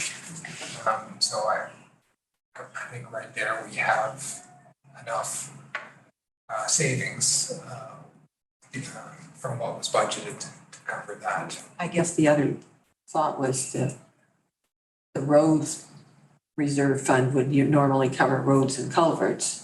And the equipment reserve fund would cover equipment. So basically you're taking from the roads reserve fund to fund equipment. Some of the work is also funded from a carry forward amount from prior year though, for the roads work. For example, the completion of the Harding Road Bridge project, that's funded from a carry forward amount. So that would also be eligible to be taken from the roads reserve, and then we could access that carry forward amount for that. And that would address the issue, I think, that you're getting at with the statutory reserve eligible expenditure piece. And just to clarify, the excavator is not being purchased. No. It's being deferred to a future year. So it's not that we're saving money, not spending it this year. The need to replace existing fleet pressing. Yeah, okay. And it's 2 one-ton trucks. 2 one-ton trucks. And I think, I can't remember how much you got for the first truck. Was it 43 or 53 or something? 43,000. So you figure you're gonna get another 30-odd thousand for the other one? That's what we figure, yeah. Thank you. My question is around, so the CFO mentioned that there was a case was made for a second truck by the director of engineering and the superintendent. I'm curious what that case is. So what I'm trying to parse here is we just had a multi-month budget process that we just went through, that we adopted 2 meetings ago. And now there's a major purchase that's extracurricular to budget that we're being asked to review.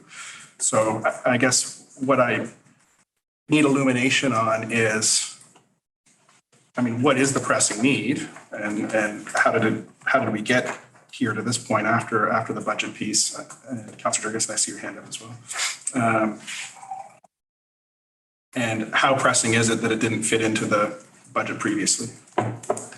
Well, we could carry on with the vehicles we have. The issue with that is that they're at a stage where we have to spend quite a bit of money on them to keep them running. And the more we keep them running, the more their resale value declines. We had intended to replace the 1-ton truck for those reasons, that it's getting to the stage of its life where it's costing us a lot of money on maintenance to keep it on the road. And there's a life cycle cost. It makes sense to replace it. We had some discussions about the 5-ton, which we have 2 of, and Which one have you sold? the 5-ton, So one sold. yes. Yep. So now we only have one. We wouldn't want to sell the 1-ton until it's replaced. The 5-ton is it's a 2012 and it's got 35,000 kilometers on it. It gets used for plowing the main road, some of the main roads. It can't access a lot of the roads that we need to maintain and plow. It does, obviously you can move a lot more material with a bigger truck like that. We're finding that having one 5-ton truck is enough for those purposes, and to replace it with a 1-ton, it's a lot more versatile. It can handle the plowing activities that we need. It can be used as a day-to-day work truck. It can be used to move materials as well. It's just a much better fit for our fleet. And in terms of, stepping back and looking at overall priorities, we could stick with the original plan and just buy one truck. We have roads that we could maintain, that we could pave. We felt that, on balance, this is a better use of our funds at this time.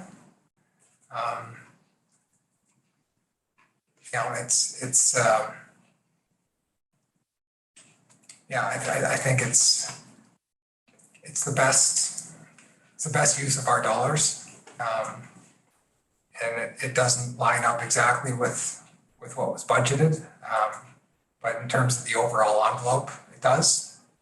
So we're not spending any more money than budgeted. Right. Yeah, but we're also not saving any money either. Like we're doubling a truck purchase. Is my point, a month after a budget was approved to the CAO. If I add on to what the engineer was just saying, it's not increasing any costs, it's not decreasing any costs. This truck, if not replaced this year, would be replaced next year, or would be coming forward in the next budget cycle. The road deferral work or whatever work is deferred now will come forward later. So you're right in that the costs will be the same. It's a matter of sequencing. And I think one of the things that we need to get better at is our budget process. It is a long process, and during that budget process, there isn't a lot of opportunity for pivoting within the budget process. So I think our own internal planning work around our asset renewal needs to improve so that when we're coming forward with the budget, we really do have a much more crisp and clear understanding of the priorities especially the coming year. And so I look forward to getting that asset management plan for the fleet done by the end of this calendar year so that we can more clearly see, okay, here's all our fleet and here are the replacement schedules. And so I think, hopefully that work, along with the other asset management work that we do, will help ensure that we're not coming in 4 weeks after budget approval to then say, oh, we need to pivot here. Because I recognize the challenges with that. But I also recognize that the expenditure is the same over the duration. It's just the staff have identified this as a more pressing priority now. Thank you. Councillor Jurgensen? Sorry, this is a question that I'm sure I'm just not understanding the report. So one 5-ton truck has been sold off. It's proposed to sell off another 1-ton truck, and then buy 2 1-ton trucks. And at the end of the day, would the second 5-ton truck be sold off as well, or would that remain in the fleet? Okay. So try to keep 1 5-ton truck. The number of trucks stays the same, their size has changed. Correct. Any further questions or discussion from council? Discussion. We've had problems with culverts surprising us, and we've had a problem with, my understanding of the whole issue around the excavator was that we weren't able to hire or rent an excavator when we had the blowout at Bowen Bay. That was the reason why we were going to expand the, sorry? The blue one. West side. And we were going to expand what we had in the assets to have an excavator, so we didn't run into that problem again with water flowing all weekend.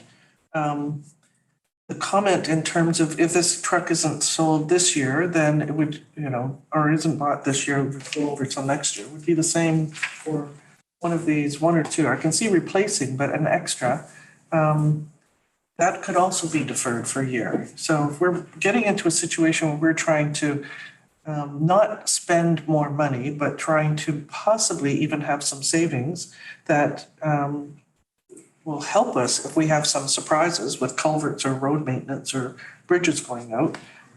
Then we're not getting into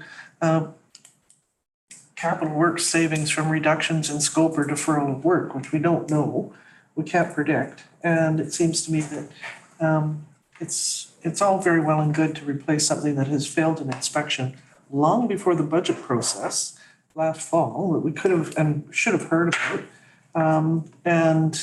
It seems to me that I don't know how I'm going to explain to the community that we've got two shiny new trucks when we're trying to save costs and it's an extra expense.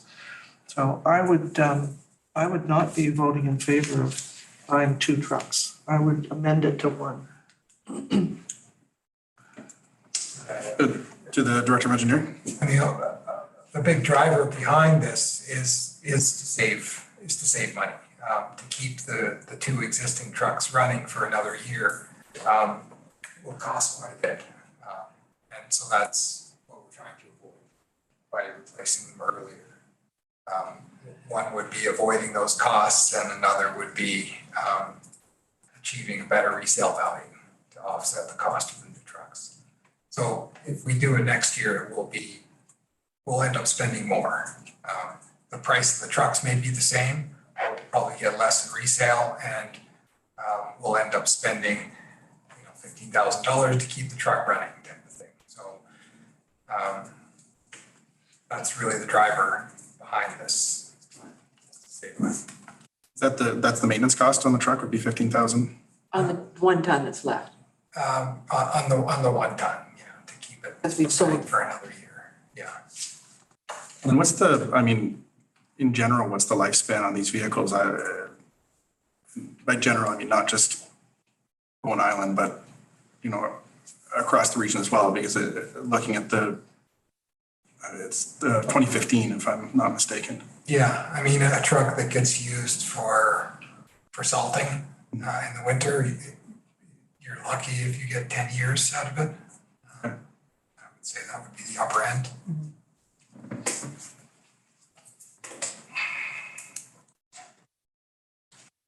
Councilor Fest? Thank you. I'm just, question for staff. Would having a 1-ton truck that, instead of a 5-ton, so having 2 new 1-ton trucks, when the fall comes and the winter weather gets tricky and washouts begin to form and things, will it be helpful to have 2 1-ton trucks that are not going to break down on you? I guess it's a pretty obvious question. Anyway, that's the kind of truck I would prefer. But anyway, I just think there might be cost savings in terms of dealing with issues quickly and in all the places that need to be accessed. I'm just in favor of staff having the flexibility as the weather conditions get more intense and less expected, and storms and waves and, all the different wildfire risks and all the different things that might need, where you might need to access steeper, narrower areas with a vehicle. So I think the whole thing would lead to staff being a little more flexible and being able to attend to maintenance perhaps faster. I don't know. Would that be accurate?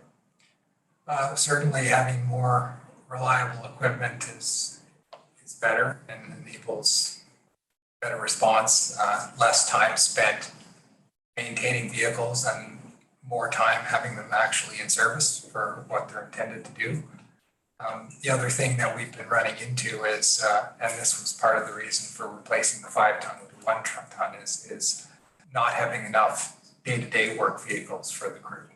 And so, we're left with our road superintendent, not having a vehicle and having to find things to do around the yard. The 1-ton truck is a much more suitable day-to-day work vehicle. And we were finding that they do spend a lot of time in the shop and a lot more time as they get older. So yeah, you have to spend money to keep them going for another year or for 2 years. And so that's a cost, but then it's also a cost that you don't have them available 100% of the time. And you have them available less of the time as they get older. So that's also a big driver for recommending this at this time. Thank you. I just want staff to be able to respond to things in a vehicle that's roadworthy and ready to go. Thank you. I'm in favor. I'll move the motion, if I may. Sure. Okay. I move that council approve the purchase of 2 Ford F-550 diesel trucks with the dump box body and plow and salter attachments from Work Truck West for an amount not to exceed $307,500 plus taxes. Or was it with taxes? Plus PST and GST. Plus PST and GST. Sorry, the recommendation in my copy is not, plus taxes, yes. Thank you. It is okay. Is there a seconder? Councillor Morse, any discussion on this? Call the question. All in favor, raise your hand, say aye. Aye. All opposed, raise your hand, say nay. Nay. Nay. Councillor Jurgensen, were you in favor? Yes. Okay, and that carries. One follow-up question. What happens to the plows?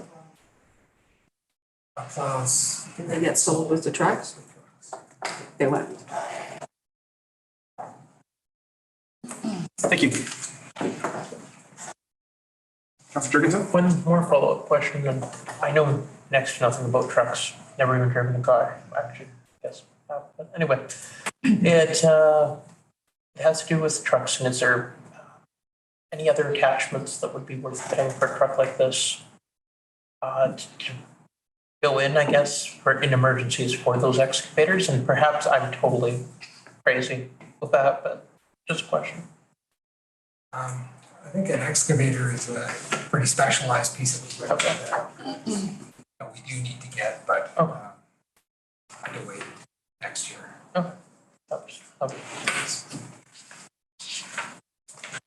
Any further questions from council? Seeing none, we move on to item 8.5, Apodaca Provincial Park, an update from our CEO. Thank you, Mayor. Just providing a verbal update on the status of Apodaca Provincial Park. You have all heard about the campground work that is occurring at the park, and I thought it'd be valuable to just provide a bit of an update and answer any questions that council might have. So the park on the east side of Bowen, between the Queen Charlotte Heights, Taylor Road area and Seymour Bay area, it's a marine access only park. It's been in place since the 60s. More recently, though, it has been undergoing construction of a small marine access only campground with 4 tent platforms and a pit toilet. This new work was initiated in collaboration with the BC Marine Trail Society and the Sea Kayak Association of BC, who were lobbying for the improvements to the park. And that planning began in 2019, and the actual work began in 2022. As we've discussed via email, it was surprising to us to learn about this through social media, through members of our public who shared it with us, and that BC Parks or the other agencies didn't reach out to engage with the community or the municipality. BC Parks had stated that they didn't anticipate a need to engage with the municipality or the neighboring properties due to its remote and marine access only nature of the park. But since they've been quite responsive to our concerns and outreach and and very engaged with us at this point. The website has been updated to be, and it did say this before, that it's absolutely no fires are permitted in the park, and that it is absolutely marine access only. And they have updated the website in May, and I think they no fires at least twice, if not more times. And they do also state that the park is still under construction and that it's not ready yet to welcome overnight camping. I'm not sure whether or not, or how often they actually monitor the site and check to see if that camping is actually taking place. There's been a real concern about trespass over private property to access the park via land, typically from the Taylor Way Road. And it has been confirmed that there is a municipal road right-of-way that does access the park that has been in place since the park was established. And that the trail that has been used to access the park is within that road right-of-way. However, it is not a sanctioned trail by the municipality. It's not encouraged or condoned to use it as an access point for the park.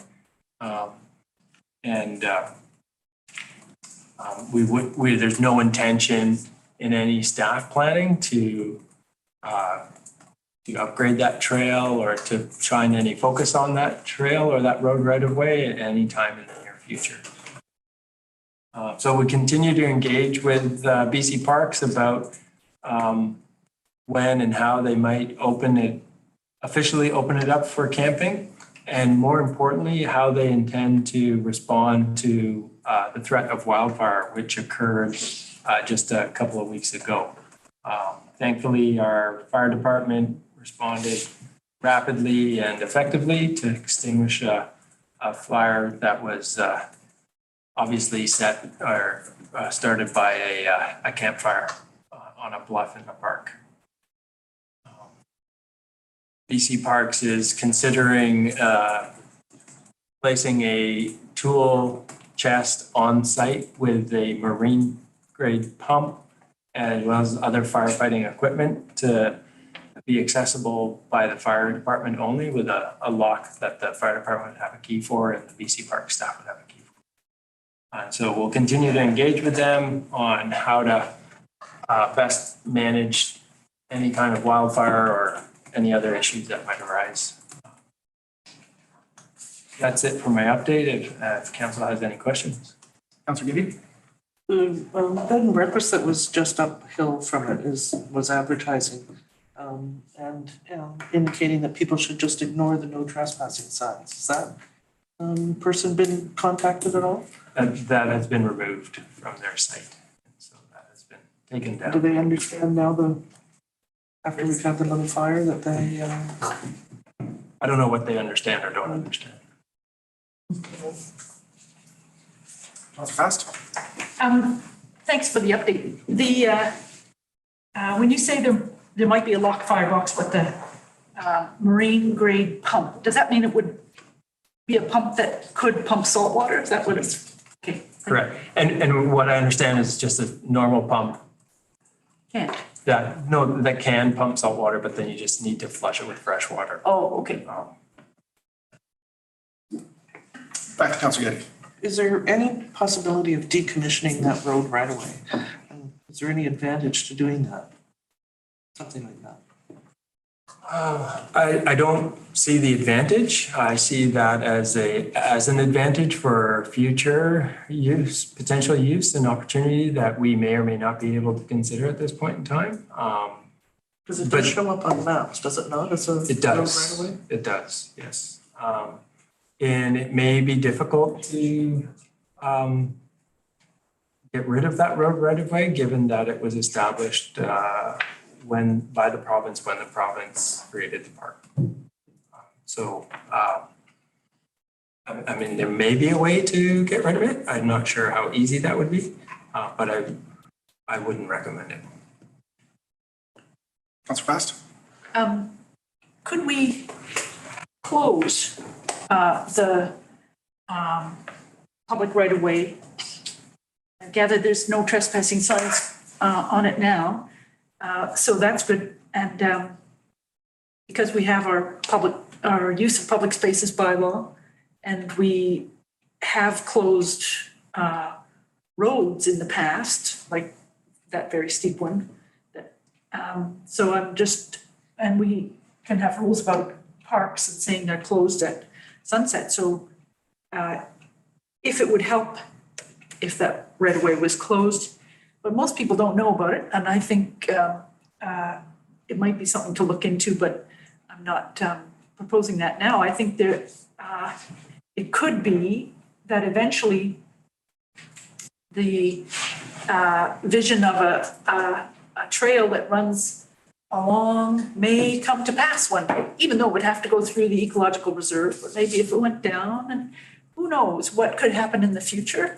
And I'm interested in the fact that that road right of way exists with the potential of hiking and that kind of thing, nature connection kind of possibilities. And anyway, I think these actions sound good. It's pretty clear that camping is allowed there. It's the only place that it's allowed on Bowen, and no fires. So, thank you. My only clarification was around, I believe there was some question as to whether that right of way and whether that right of way had been ground truthed. It has. It has been ground truthed. Okay, yeah, great. And the road does have a chain fence across it too. The no trespassing signs do help.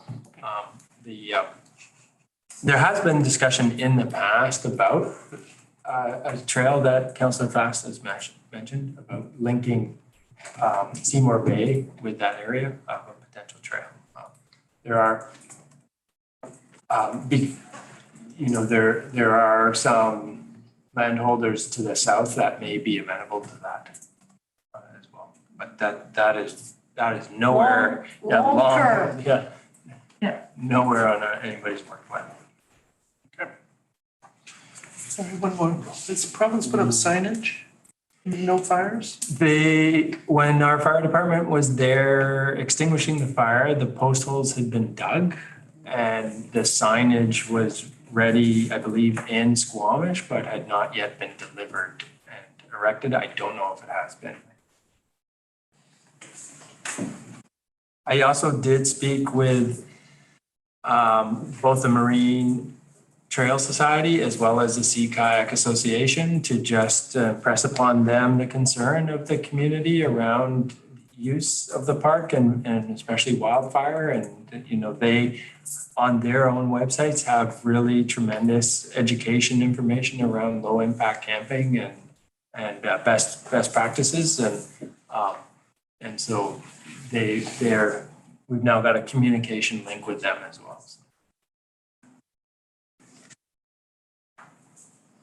Okay, and then moving on to an update on camping on Bowen Island, because that's been a hot topic and questions surrounding what is allowed, what isn't allowed, and I know that staff has done some work to clarify that. That's right. Thank you, Mayor. So staff have done further research and had multiple discussions about this issue about camping on Bowen and confirmed that camping is not allowed on Bowen Island, including Crown land. And just to be explicitly clear, staff have confirmed with the province that the provincial land use policy for use of Crown land does not apply to municipal Crown land. And so that's Crown land that's wholly within municipal boundary. And that because of that clarification, and since camping is not an allowable use in our land use bylaw, it's therefore not allowed on Bowen. And difficulty might come with enforcement of that because it isn't necessarily as clearly laid out in our bylaws as it might ought to be if you're trying to enforce against that. In the courts, it would be better if we had a bylaw that was really explicit about no camping on municipal crown land. As well, without any clear definition about that in our bylaws and without any bylaws that speak to enforcement and finding and such, it then becomes even more difficult to enforce at this point in time. So staff will be looking into posting signage on BC ferries and other appropriate places to confirm or to identify that no camping is allowed. But if council were to want further clarification in our bylaws or better enforcement options around no camping, that would require significant effort in developing a new bylaw. The District of Squamish recently did develop such a bylaw and is very explicit about no camping on municipal crown land. But they go further to identify how there's more than 700 campsites available within their municipal boundary and point people to alternative options. And so the option exists to tackle this work and to pursue that further if council were to decide that it's a priority. But for now, staff will be looking at posting signage.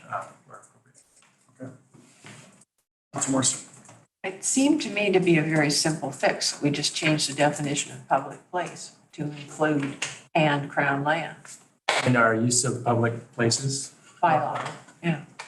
It could be, but we haven't, I mean, this was not on anybody's work plan and we're getting fairly deep into some of these other issues that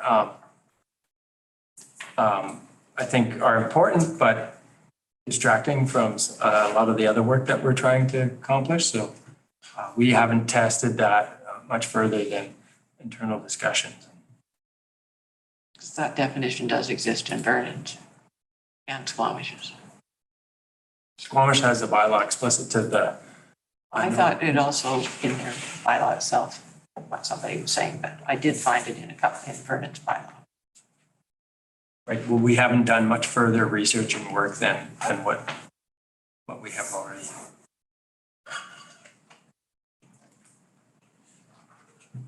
Councilor Fast. I'm wondering if staff have talked to Bowen Tourism and what they're advising people, if anything. I know people post Instagram things and you know, it's very difficult to be on top of that, but is that something that's on the municipal website or something that's on the Bowen Tourism website? Have you been in touch with them? My understanding is that Jody Lorenz always says that camping is not allowed. Yeah. But I'm not sure if it's on their website and it's not clearly explicit on our website, but it can. If there were signage on BC ferries, have you got cooperation from Metro in terms of Crippen and CRC as well? Like posting on their boards? Well, yeah, that plus if there's going to be some sort of a poster or information on BC ferries that includes crown land, any municipal land, and any metro parks. So it's everything except, and we want to advertise it except that it's Appodaca. What's wrong with just a very simple map of Bowen Island saying, and a big banner across it, no camping allowed on Bowen Island? Yeah, there's backyard camping, but you know, other than that. I don't think we would need permission from Metro to say that there's no camping. It's not an allowable use in their regional parks. That's right. It's already signed. Yeah. Yeah. I don't think they've got signs up. Yeah, there's signs at every park entrance. It has the little tent with the thing, food. And then for enforcement of camping, I've got two questions around enforcement for camping, both for pitching a tent and sleeping on public land. overnight is one part, and the other piece is also clearly fire risk.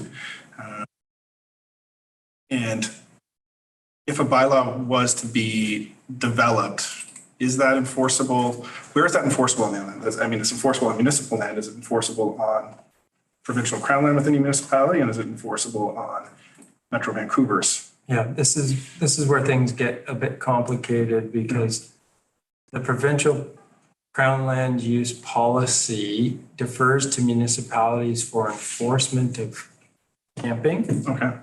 So if we were to introduce a restriction of camping on municipal crown land, which it already exists, but to be more explicit, it's up to the municipality to enforce that.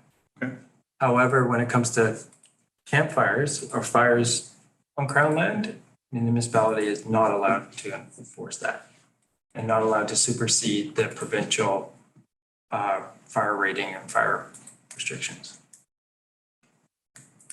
Okay. And so if we weren't in a campfire ban restriction like we currently are, and somebody were to go onto crown land, they could have a campfire and we couldn't stop them for that.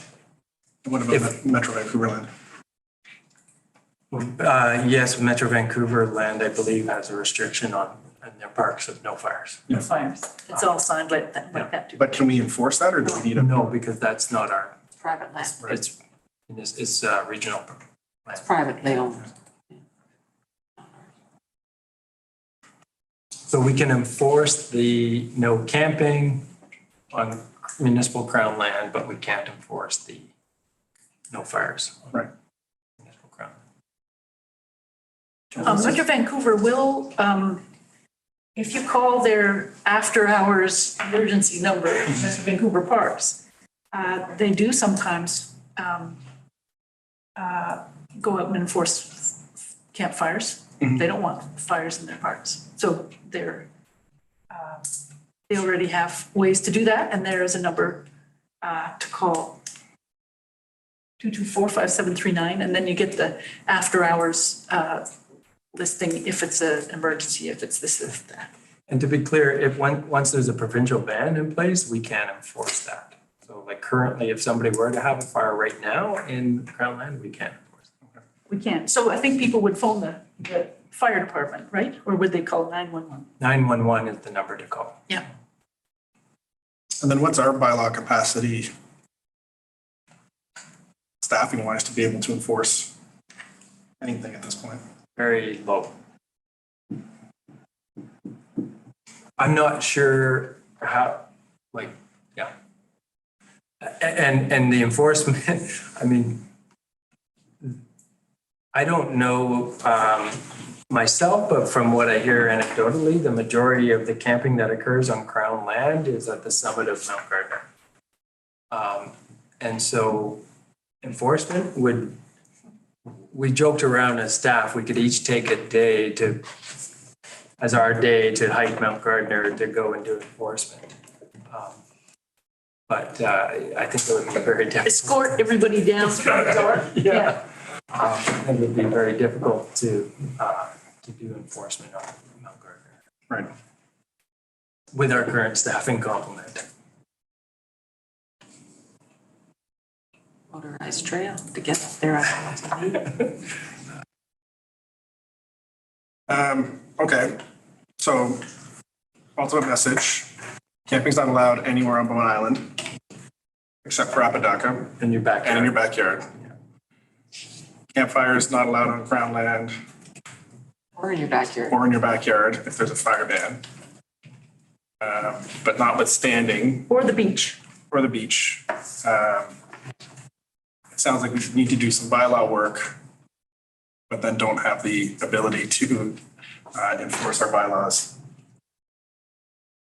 Anyways. And I do know that from time to time, underhoused people do use crown land for places to stay. And so I'm not sure that that's something that would be a priority for council to try and enforce either, and becomes a bit of a discretionary. Right. I think the primary concern right now is fire. That was fire and then Apodaca. Okay. So something clearly to flag for council at our next strategic meeting then. Councillor Jurgensen? I don't intend to do this, but question, if, since camping's permitted in backyards, could somebody essentially Airbnb their backyard as a place to pitch a tent? Not permitted, that's then commercial. No, I saw Planner Martin's head just pop up immediately, so maybe we'll let him speak to this one.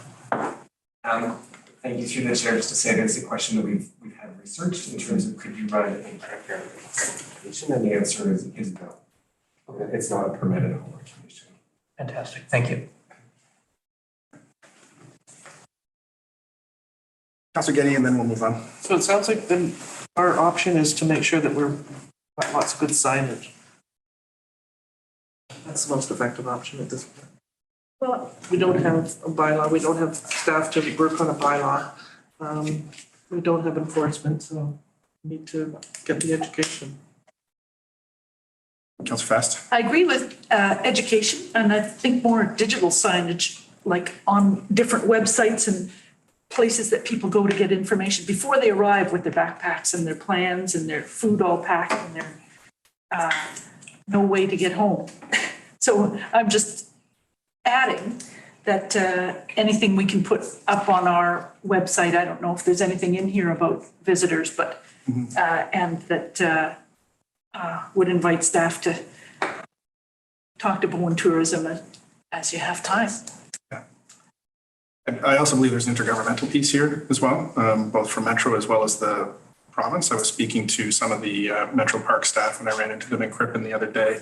And in terms of bylaw officers coming to the island, they're on the mainland. So there's been situations where Metro Vancouver Park staff have seen people camping in Crippen or on their land, and it's, they run into a shaky situation of like, do they approach because they are not bylaw officers or peace officers.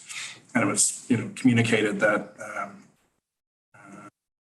there would have to be someone come over from the mainland and then go deal with that issue. So that's on the Metro side. And then on the provincial side, if there is Crown land and Bowen is increasingly subjected to these regional tourism pressures, as we're seeing in the summer, as we're seeing pictures of campfire rings and tents pop up on social media and our land being used in that way, then we are cash-strapped as a municipality. Unless Doug Woods is going to come in here and request a helicopter out of budget to go fly up to the top of Mount Gardner, we need some help from those larger bodies that have the resources to perhaps help with enforcement on their own land. So moving on to item 8.7, the CAO's trifecta here. On the CAO update. If you've done it. Thank you, Mayor. So I'll give a really brief update on capital projects. There's not a lot of new news for folks. Perhaps the most news is around the community center making good progress. You'll notice it's a very blue and white building right now. That is the vapor barrier that's going on, and it's almost completely covering all the exterior walls, and almost all the roof sections are complete and waterproofed. There's still one section that needs to be done. The interior framing is almost complete as well. And the initial rough-in of mechanical and electrical is beginning as well. So that's the HVAC air handling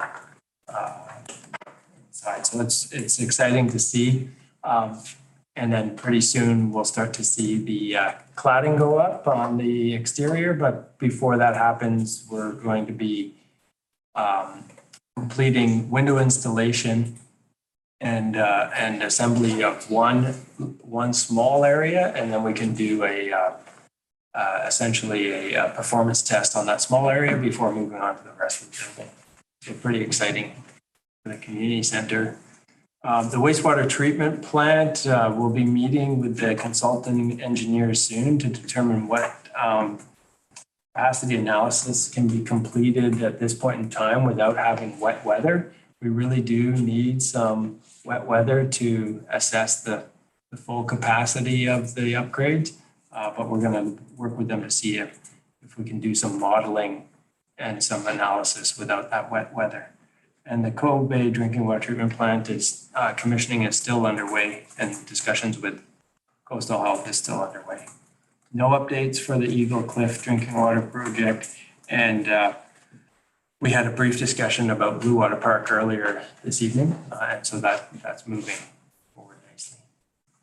I did also, I was gonna move on to a different topic, but if you had questions about capital projects. Is the Tunstall Bay water tank finished and complete and full? I'm not sure the status of how full it is. I don't know how long it takes to fill. I know it was drawn down pretty significantly for the fire. I think it takes a couple of days to recharge. But it is finished? Correct. Okay, because nobody's ever sent a notice out to say that it's finished and being used. Right.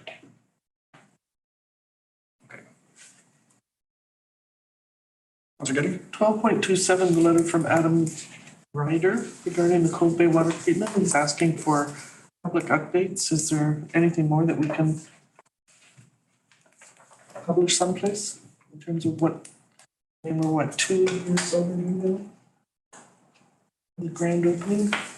Well, we can, if it's not already there, we can put an update on that project website and point people to that.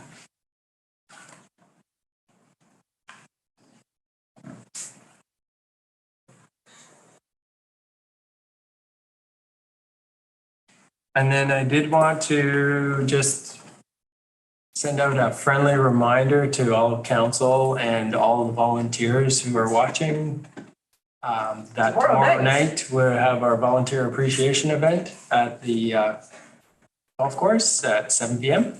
I hope to see you all there. Any questions for the CAO?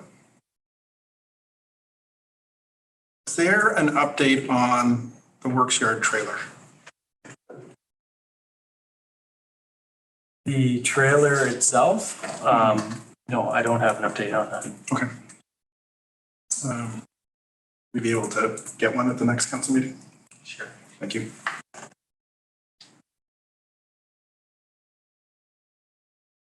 Any further questions, comments?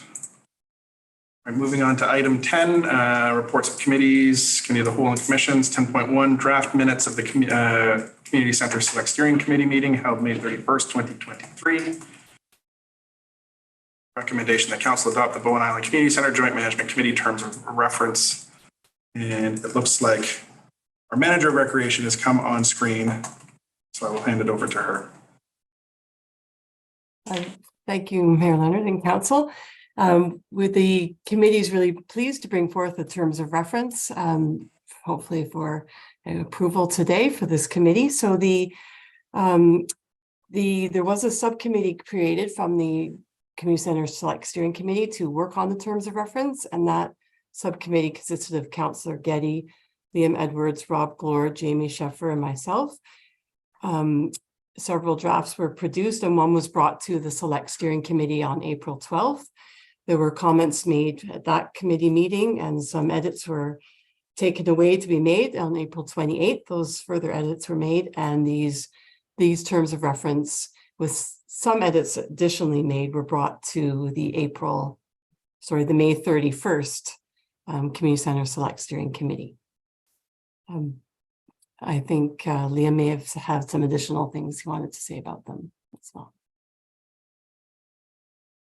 If I did, I've forgotten what those additional things might be, but so my apologies. But I think it's pretty much speaks for itself.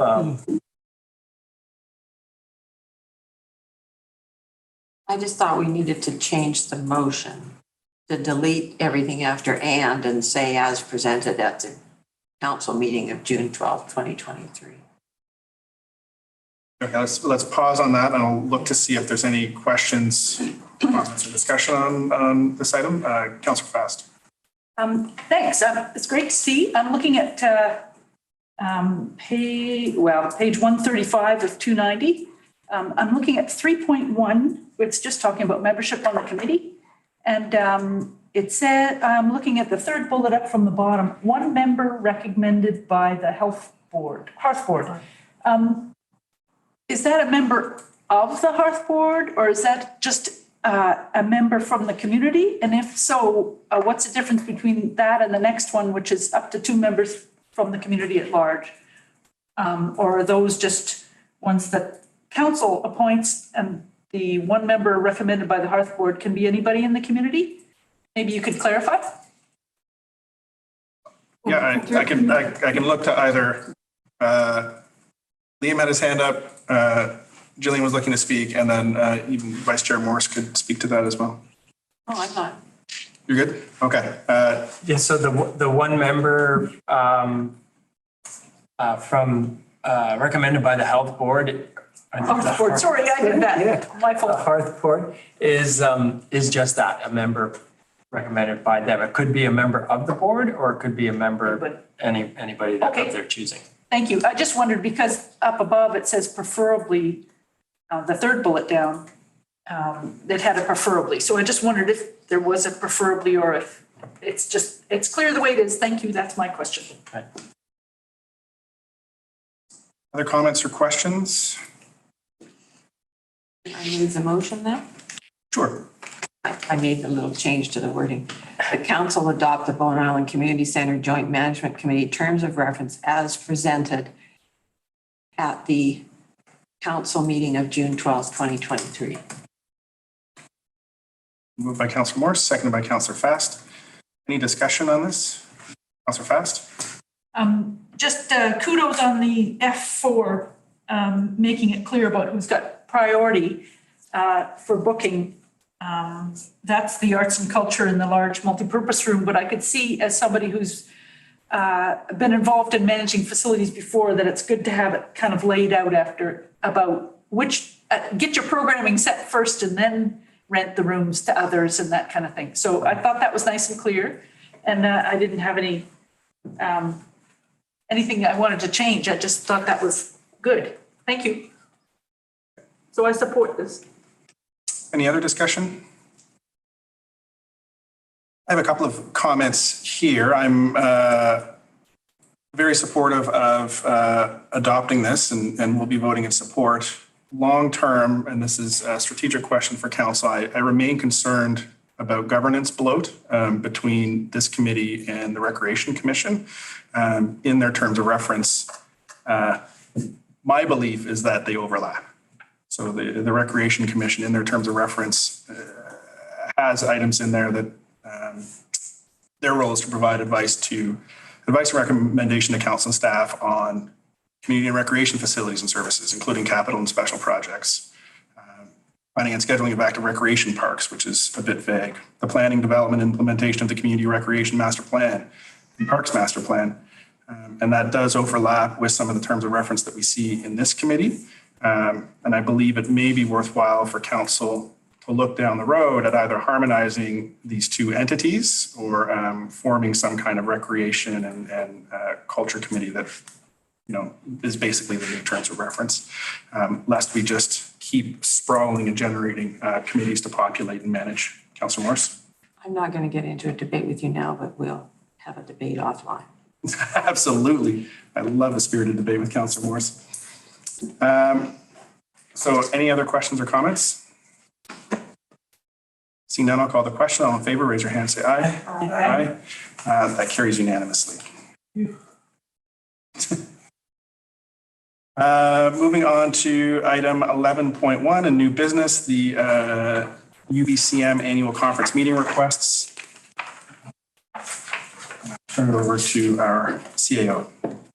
Thank you, Mayor. So the annual convention of the Union of BC Municipalities that occurs in September every year, it's a great opportunity for Mayor and Council to meet with ministers, heads of Crown corporations and agencies that directly impact local governments as well as their staff.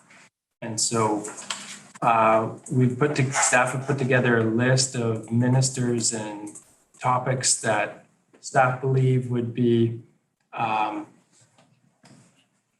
good to consider for approving to make submissions for requests for meetings.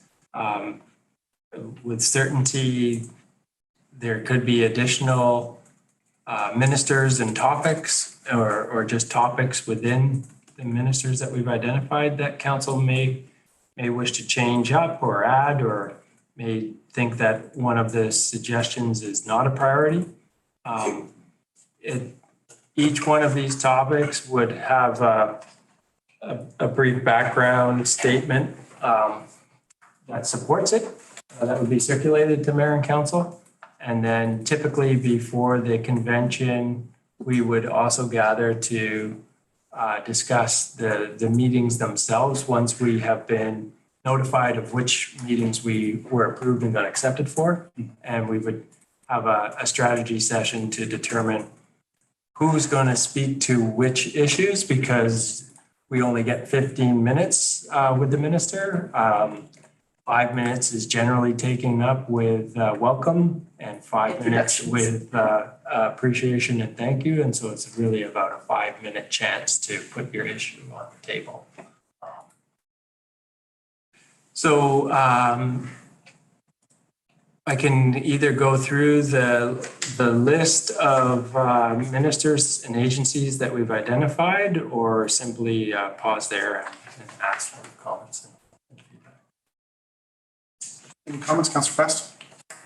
Thanks. I was looking at this and looking at our, last year, council put out a UBCM highlights, just so transparency, so people could see what we've been talking to ministers about, and that council did this, because it hasn't been, it's not usually very visible. So I think this is great. I'll start off with a couple of questions. A few places in here it talks about Crown land designations. I'm wondering what's meant by that. In my discussions with Ministry of Forests in particular, initially around restricted motorized use on Mount Gardner, I was requesting that there be an expanded scope of study in terms of all of the Crown land polygons on Bowen, and that we have a broader engagement and planning session around Crown land and its use on Bowen. While that was a welcomed idea, it was not something that they said they could pursue at that time, that they didn't have the capacity to take on that scope of work. Because, thanks, I was trying to remember.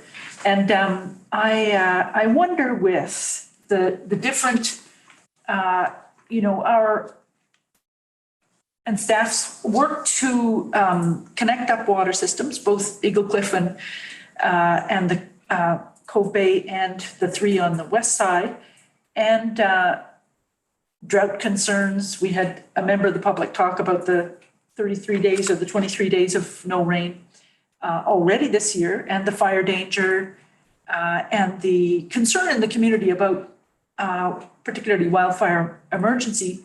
I'm wondering if we might want to set up a meeting with Minister Bowen Ma, Emergency Management and Climate Readiness, and whether that might enable us to talk about all the watersheds on the island and connecting some of them in order to have more water capacity to fight fires or address them. Hearing about the water tank at Tunstall Bay being drawn down, 82% of it, and that Tunstall Bay having to go on water restrictions, I believe, for 24 hours or something like that. So I'm wondering if there's some kind of connect to protect watersheds and climate wildfire risk, some bigger idea there that we might want to talk to Minister Ma about. Did you think about that? There's definitely things talking to Minister Ma about that would be of interest. There is also the ongoing work of the modernization of the Emergency Programs Act, which has been happening for at least 6 years. And I do have a meeting scheduled, I believe, this week for an update of the status of that. And to me, there's some concerns with that modernization where there's going to potentially be a lot of downloading of responsibility to local governments and especially for the small rural communities who would likely won't have the capacity to meet the demands that they're be looking at. You made mention of a point around the Tunstall Bay Reservoir being drawn down for the house fire. And it's important to note, and I think it's important to be clear with the community that these are drinking water reservoirs and they're sized accordingly to meet the fire underwriters survey requirements for fighting a house fire. A house fire. They're not designed for wildfire suppression. They can help, but they're not designed for that. They do not have the capacity to address wildfires. Yeah, sorry, I just wanted to use that as an example of how much water gets used in a firefighting situation. And anyway, these are good reasons, I think, for asking for the province's help for us to get more federal grant money or provincial grant money or whatever grants we're applying for in order to increase our capacity to be ready to fight wildfires or drought. And that we might need the province's help, especially if more duties are going to be downloaded onto us, because our grant applications haven't been as successful as we might have wanted there. And so that's helpful. And that's an idea. Anyway, I know she lives on the North Shore. She's been to Bowen Island a couple of times. We might have. Well, just her name alone. Yeah. Well, she's been here, well, anyway, transportation wise. I wonder about, well, I think you've got some of them captured in there, but I was wondering about the strengthening and protecting ecosystem on Bowen, because that's one of our things in our strategic plan, but we haven't talked to George Heyman about that, Minister Heyman. It might be worth putting in there rather than those three. But on the other hand, we might want to wait for a more of a biodiversity plan or some specific ask. I'm okay with that. My other one is about rural character that we might want to talk to, gosh, what's his name? Raleigh Russell. Thank you. Yes, Raleigh Russell. It's on there. It's on there? Oh, I missed it. Bottom of page 1. That's a question. Oh, okay, yes. Rather than rural designation, it was sort of helping. I guess that's what rural designation means, is help in getting grants? Yep. Okay, thank you. Designated rural for the grants. Yeah, apparently they're all different and, anyway. Okay, I had one more, but I forget what it was. Oh, yes, which is, there's under Conroy, there's a kind of unfinished one that I wondered what it meant. Yes, the amendment to. Amendment Oh, to, sorry. Yeah, My apologies. That's amendment to the Police Services Act to increase the threshold by which municipalities have to start paying 70% of their community policing costs. okay, thank you. That's my questions. You've got TransLink on the list, and they have never been to a UBCM. BC Transit goes, but TransLink doesn't. I'm hopeful that they. Well, because we have a totally different BC Transit, so TransLink does, so, yeah. And BC Ferries used to come, and they don't anymore. Yeah. So anyhow, I was also wondering about, when I looked up the ministries last night, Rolly Russell is still listed under the Ministry of Housing. He was working with Ravi before, but he's still listed. Well, he wasn't where I was looking. Well, I'm just on the federal provincial government website. Anyhow, it's just something to check out. And it's not Minister Ravi, it's his last name isn't Ravi, it's Cullen, right? Is he Ravi? That's just a circle. Sorry, what do you? Minister of Housing, I think you've just got his first name there. Ravi Kalon. Oh, sorry. It's just Yeah. a typo. Yeah. But when you look at that webpage, there's the deputy minister and then a parliamentary secretary is Rolly Russell. There's no mandate letter for him, so I don't know.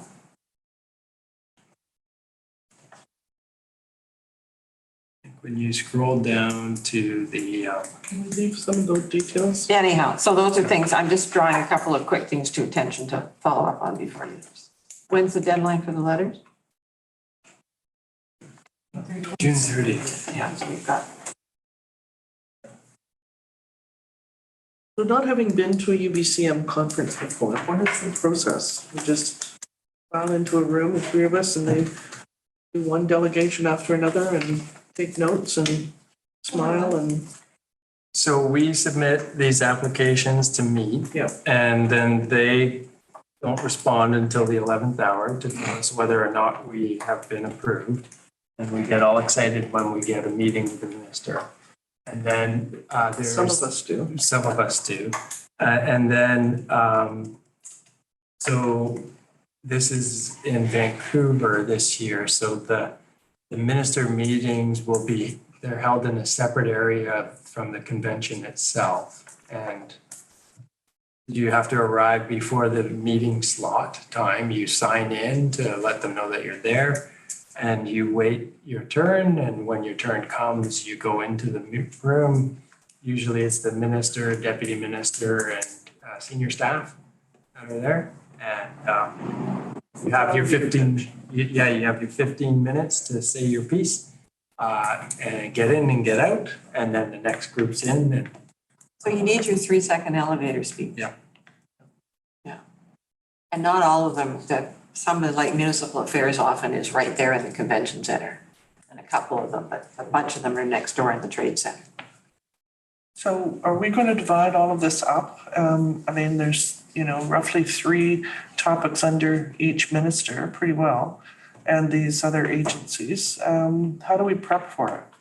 so as I was saying earlier, if once council agrees on which ones we submit, and then once we get approval, like notice of approval of which ones we get approved for, we would then schedule a meeting with council to strategize over who's going to say what in the meeting. And who's going to write the one which points.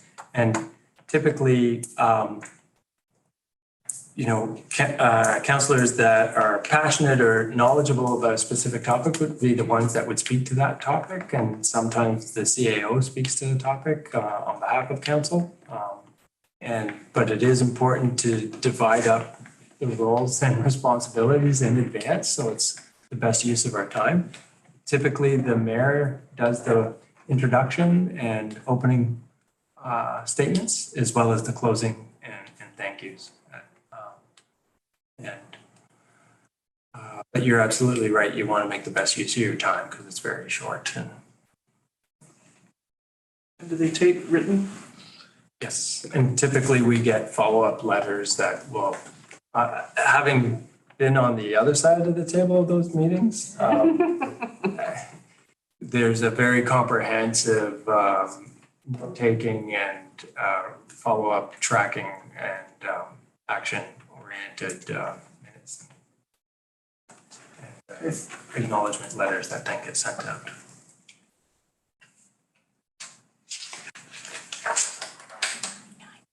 I know. Go fast.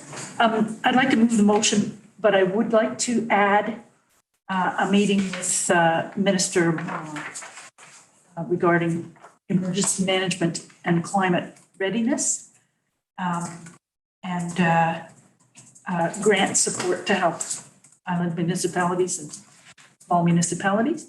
So I would like to move that the council direct staff to request minister and provincial agency meetings at the annual Union of BC Municipalities Convention to discuss topics identified at Appendix A of the Chief Administrative Officer's report, with the addition and a meeting with Minister Bowenmont emergency management and climate readiness.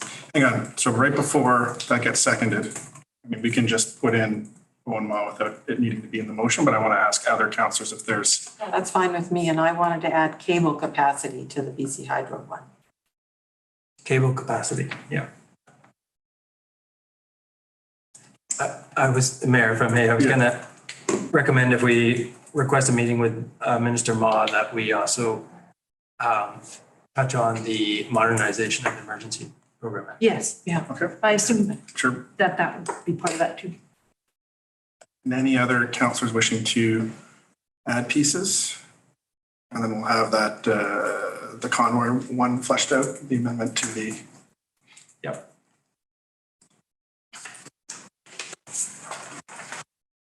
Okay. So now that those are in before the motion has officially been I'll second it. seconded by Councillor Morse, any discussion? Seeing none, I'll call the question. All in favor, raise your hand, say aye. Aye. That carries unanimously. Item 11.2, report to Council on the FCM, Federation of Canadian Municipalities Annual Conference, which was May 24th to 28th.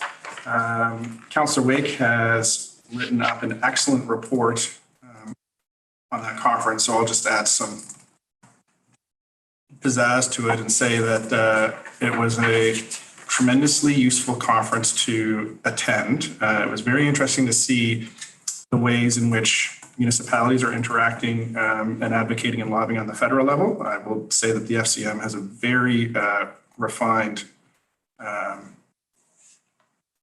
staff and advocacy campaign there. The general message, I think, that was important to hear from the various leaders of the parties that that spoke. We saw Trudeau, we saw Singh, we saw the Deputy Conservative leader, Melissa Lantsman. We saw Elizabeth May was the biggest topic on the lips of the politicians was housing. And from the Prime Minister, it was housing and more funding coming. And then sort of in the background, it was that, you know, infrastructure is a big deal as well. But the most successful infrastructure projects that are going to get funded are going to be tied to housing. So it was housing. From the FCM side of things, an overarching theme was looking for a new model of funding for municipalities. You know, we've heard our CAO speak about yet another service that's going to be downloaded to the municipalities that doesn't necessarily tie to any funding. And I think the recognition is there that property taxes and, you know, grants here and there just ain't enough. So there was there were academic pieces on municipal funding, there were advocacy pieces and lobbying on municipal funding, but in terms of what the FCM is advocating for, there's a very strong push for a new funding model for municipalities. We did get a lot of attention there. People were, Bowen's here. That's interesting and exciting. It was interesting to connect with other small communities, particularly in other provinces, from Alberta to the Maritimes to Central Canada. There was a lot of rural representation. There was a few thousand people at that conference. So it was useful. And then also connecting with our own Metro Vancouver politicians who were there, as well as the vice chair of the Regional Parks Committee, was elected second vice president of the FCM, and continues to be a strong supporter and owns property here on Bowen as well. So that's my report. Any questions on that before getting into Metro Vancouver business? Metro Vancouver had an interesting couple of weeks. Not a lot happened at the board. It was 8 meetings, so 4 open meetings and 4 closed meetings were done completely in like 27 minutes. So it was almost all procedure. That was followed by the Regional Parks and Climate Action Committee. Not a ton to report out of there. Regional Parks was surprisingly quiet this time around. And we know, however, that Metro Vancouver staff have submitted a number of documents related to Cape Roger Curtis to our staff as of Friday. So for anybody, the room's empty, but for anybody that's watching online, our staff will be digesting that and reporting back on that, as well as our council will need to review those. The Mayor's Committee was probably the biggest ticket item of the last 2 weeks. An interesting presentation. We got a delegation from the YMCA of Greater Vancouver who've been working on a program called Equity Kickstart for Cities. I'm not sure if staff has come across that, but it's all about DEI specifically targeted to municipalities and how to implement that. So definitely worthwhile to take a look into. The Mayor's Committee also saw the Minister of Housing come and speak to us for about half an hour in open and half an hour in closed. Not a lot new coming out of that, other than, it's just the same refrain from senior levels of government saying housing's an issue, housing's an issue, housing's an issue. And then ultimately for smaller municipalities like us, it's like, okay, well, what does that actually mean? And I feel like all of the mayors across the region are experiencing this on different levels, whether you're in the district of North Vancouver or out in Langley or City of Vancouver, Bowen Island. We've all got housing problems, but it's in terms of actual solutions, they still seem to be thin on the ground. So we anticipate some of the legislation and some of the policy work that's going to come out of this government. On the weekend, Metro Vancouver hosted its Council of Councils, which was an interesting event to attend for the first time. Maybe I'll ask Councillor Fast if you have any thoughts on the Council of Councils. Sure, it was the first one. I got there really early. It was the first one since 2019 where we'd been there in person. And so it was interesting to see everybody again, although we had seen them, I saw some of them at local government leadership at, Lower Mainland Local Government Association a few weeks before. So it's interesting to see them in this Metro Vancouver setting too, though, because there was a few jokes at the beginning, from the host municipality, and they made a little cutting joke at Bowen in terms of, well, if I was getting a regional park, I'd have it rezoned for camping overnight, that kind of thing. But it wasn't as, it was an opening joke kind of thing, and I don't think it was a big deal. Anyway, that's probably making way more of it than it actually was. It was a session that was almost completely run by staff. It didn't have the chairs of committees coming up and speaking. It was more manager this, manager that. People needed to be introduced to who was who after all this time, and many of the participants were newly elected folks. So it was kind of introducing things. One thing I thought was really interesting with regard to our capital projects was a slide I took a photo of Metro Vancouver having similar problems with their enormous construction projects like the North Shore Water Treatment Plant, sewage treatment plant. It's not just the costs of everything going up, materials, but it's the costs of permitting and the time taken for the permits and the costs. Anyway, it all piles up, and I've got the photo if anybody would like to see that, but we're not alone, and neither is, Snug Cove House or any of the other worthwhile things that people are trying to do construction-wise. It's all different over the past 5 years. So anyway, it was useful. I came away with a number of the plans. Anybody's welcome to ask for the Climate 2050 or the Metro 2050, the Regional Growth Strategy, or any of those plans in hard copy if you want one. You could just ask and they will send you one. Thank you. That helps? That's fantastic. Okay. Yep. And there will be another Council of Councils in October, I believe, as Metro starts to kick up some of its financial planning.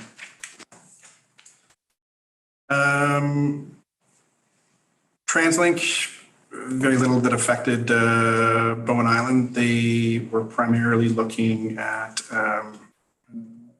actually very little on the agenda that affects Bowen Island. Transit generally, I think, has struggled since the pandemic. So a big piece that's been happening at the Mayor's Council, being the political arm of TransLink, has been lobbying efforts both to the federal and provincial governments, which they've done a major campaign on, and whether we'll see sustained funding from senior levels of government would be interesting. But then also We've been laying groundwork with some of the smaller municipalities around, lots of talk at FCM, for example, around the Canada Community Building Fund, which we don't see much of at all because it all goes to TransLink. And I think some of the smaller municipalities are starting to find that a little unfair as we start to look, for more funding strategies. So I would expect there's a small municipalities caucus that's been formed within TransLink that will be meeting shortly, probably to discuss that within Warren Belcara and Lions Bay specifically. Yep. And I think that is it. So I will turn it over to our Islands trustees, trustees Fast and Getty for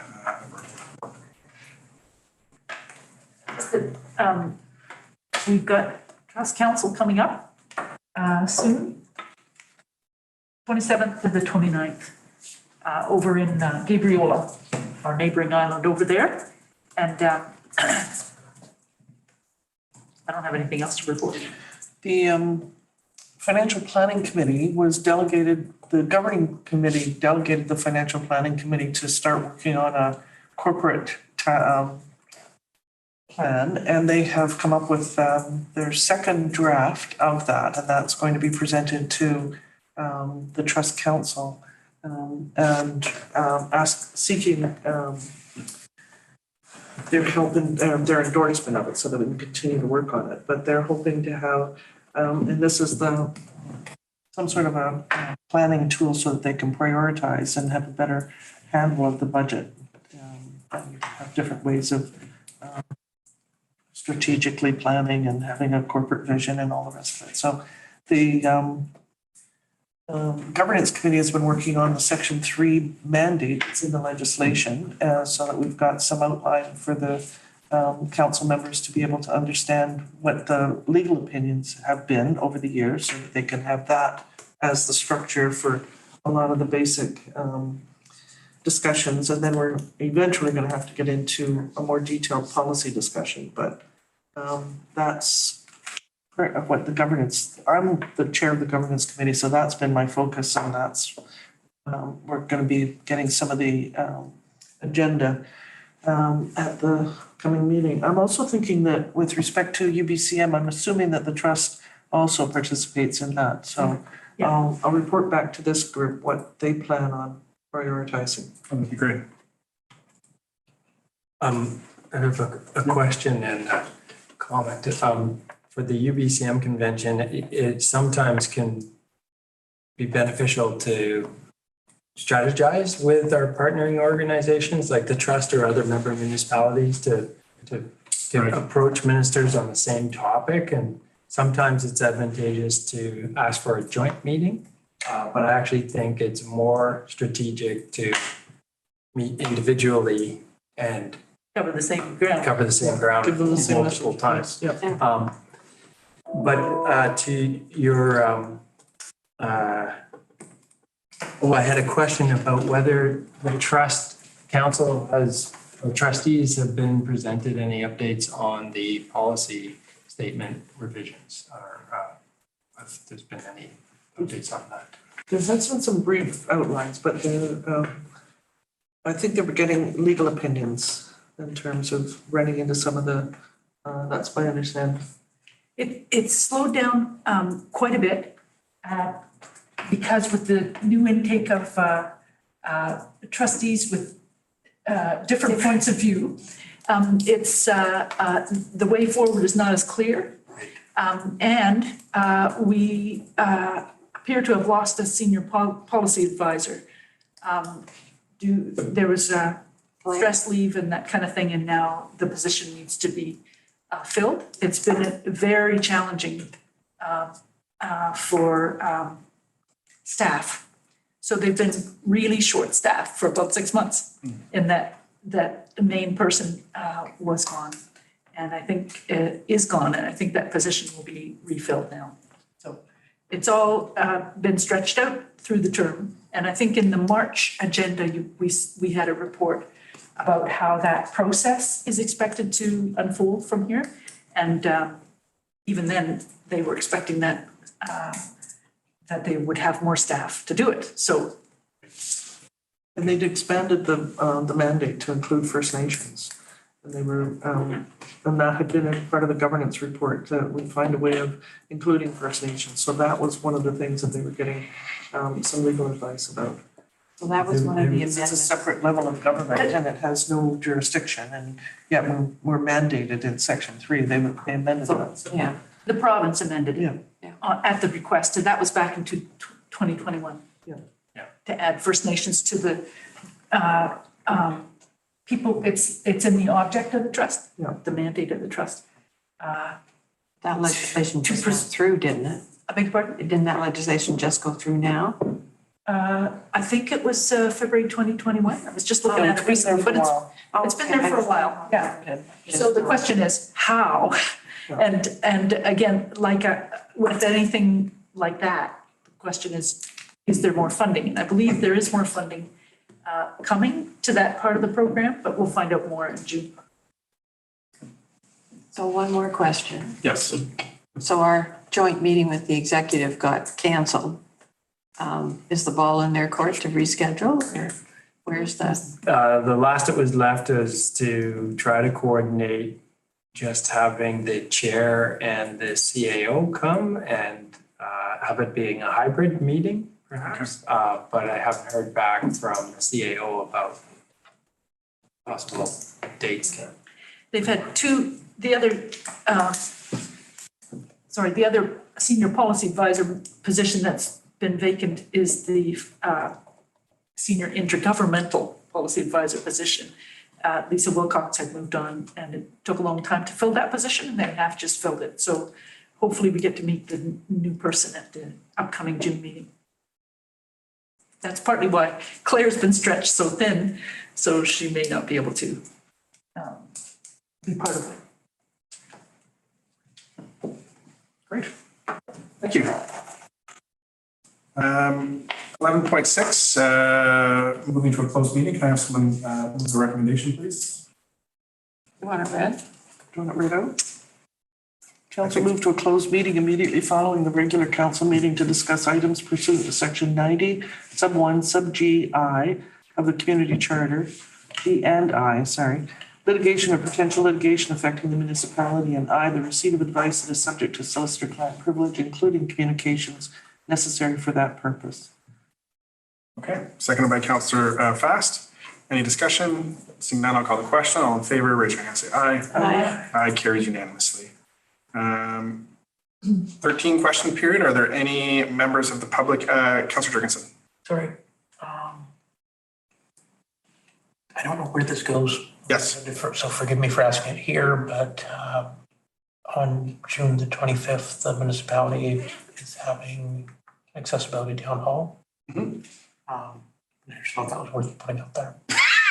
Absolutely. Do you want to put it out there? You've got an open mic right We now. all got a mail drop. Everybody did get a mail drop. I did get one in my mailbox, yeah. Do you have? So it'll just be with Chris Corrigan will be facilitating from 10 to 2. Okay. Down at your. At lunch, yeah. Yeah. For lunch. So we'll be doing that as work surrounding the accessibility committee that's been formed. Right on. Thanks for flagging that, Councillor Jurgensen. You let Steph know if you want to go. My apologies, I won't be able to attend Councillor Jurgensen. I'm heading back to Ontario. I would love to. I will unfortunately be away. And there's a special Indigenous relations session from 2 to 4. Isn't there at the library? There's lots of events. The opening of the new stage Right. outside, that's from 2 to 4. Yeah. On that same day. And the garden club's having their annual meeting that day. Lots going on. Okay, question period. Are there nobody's here in the audience, so we've been a riveting bunch, I guess, for the last. Can we take a 5-minute break? But I will look for a motion to adjourn. So moved. Moved, seconded, all in favor? Aye. Okay. Yes. 2 minutes ahead of schedule. 5 minutes.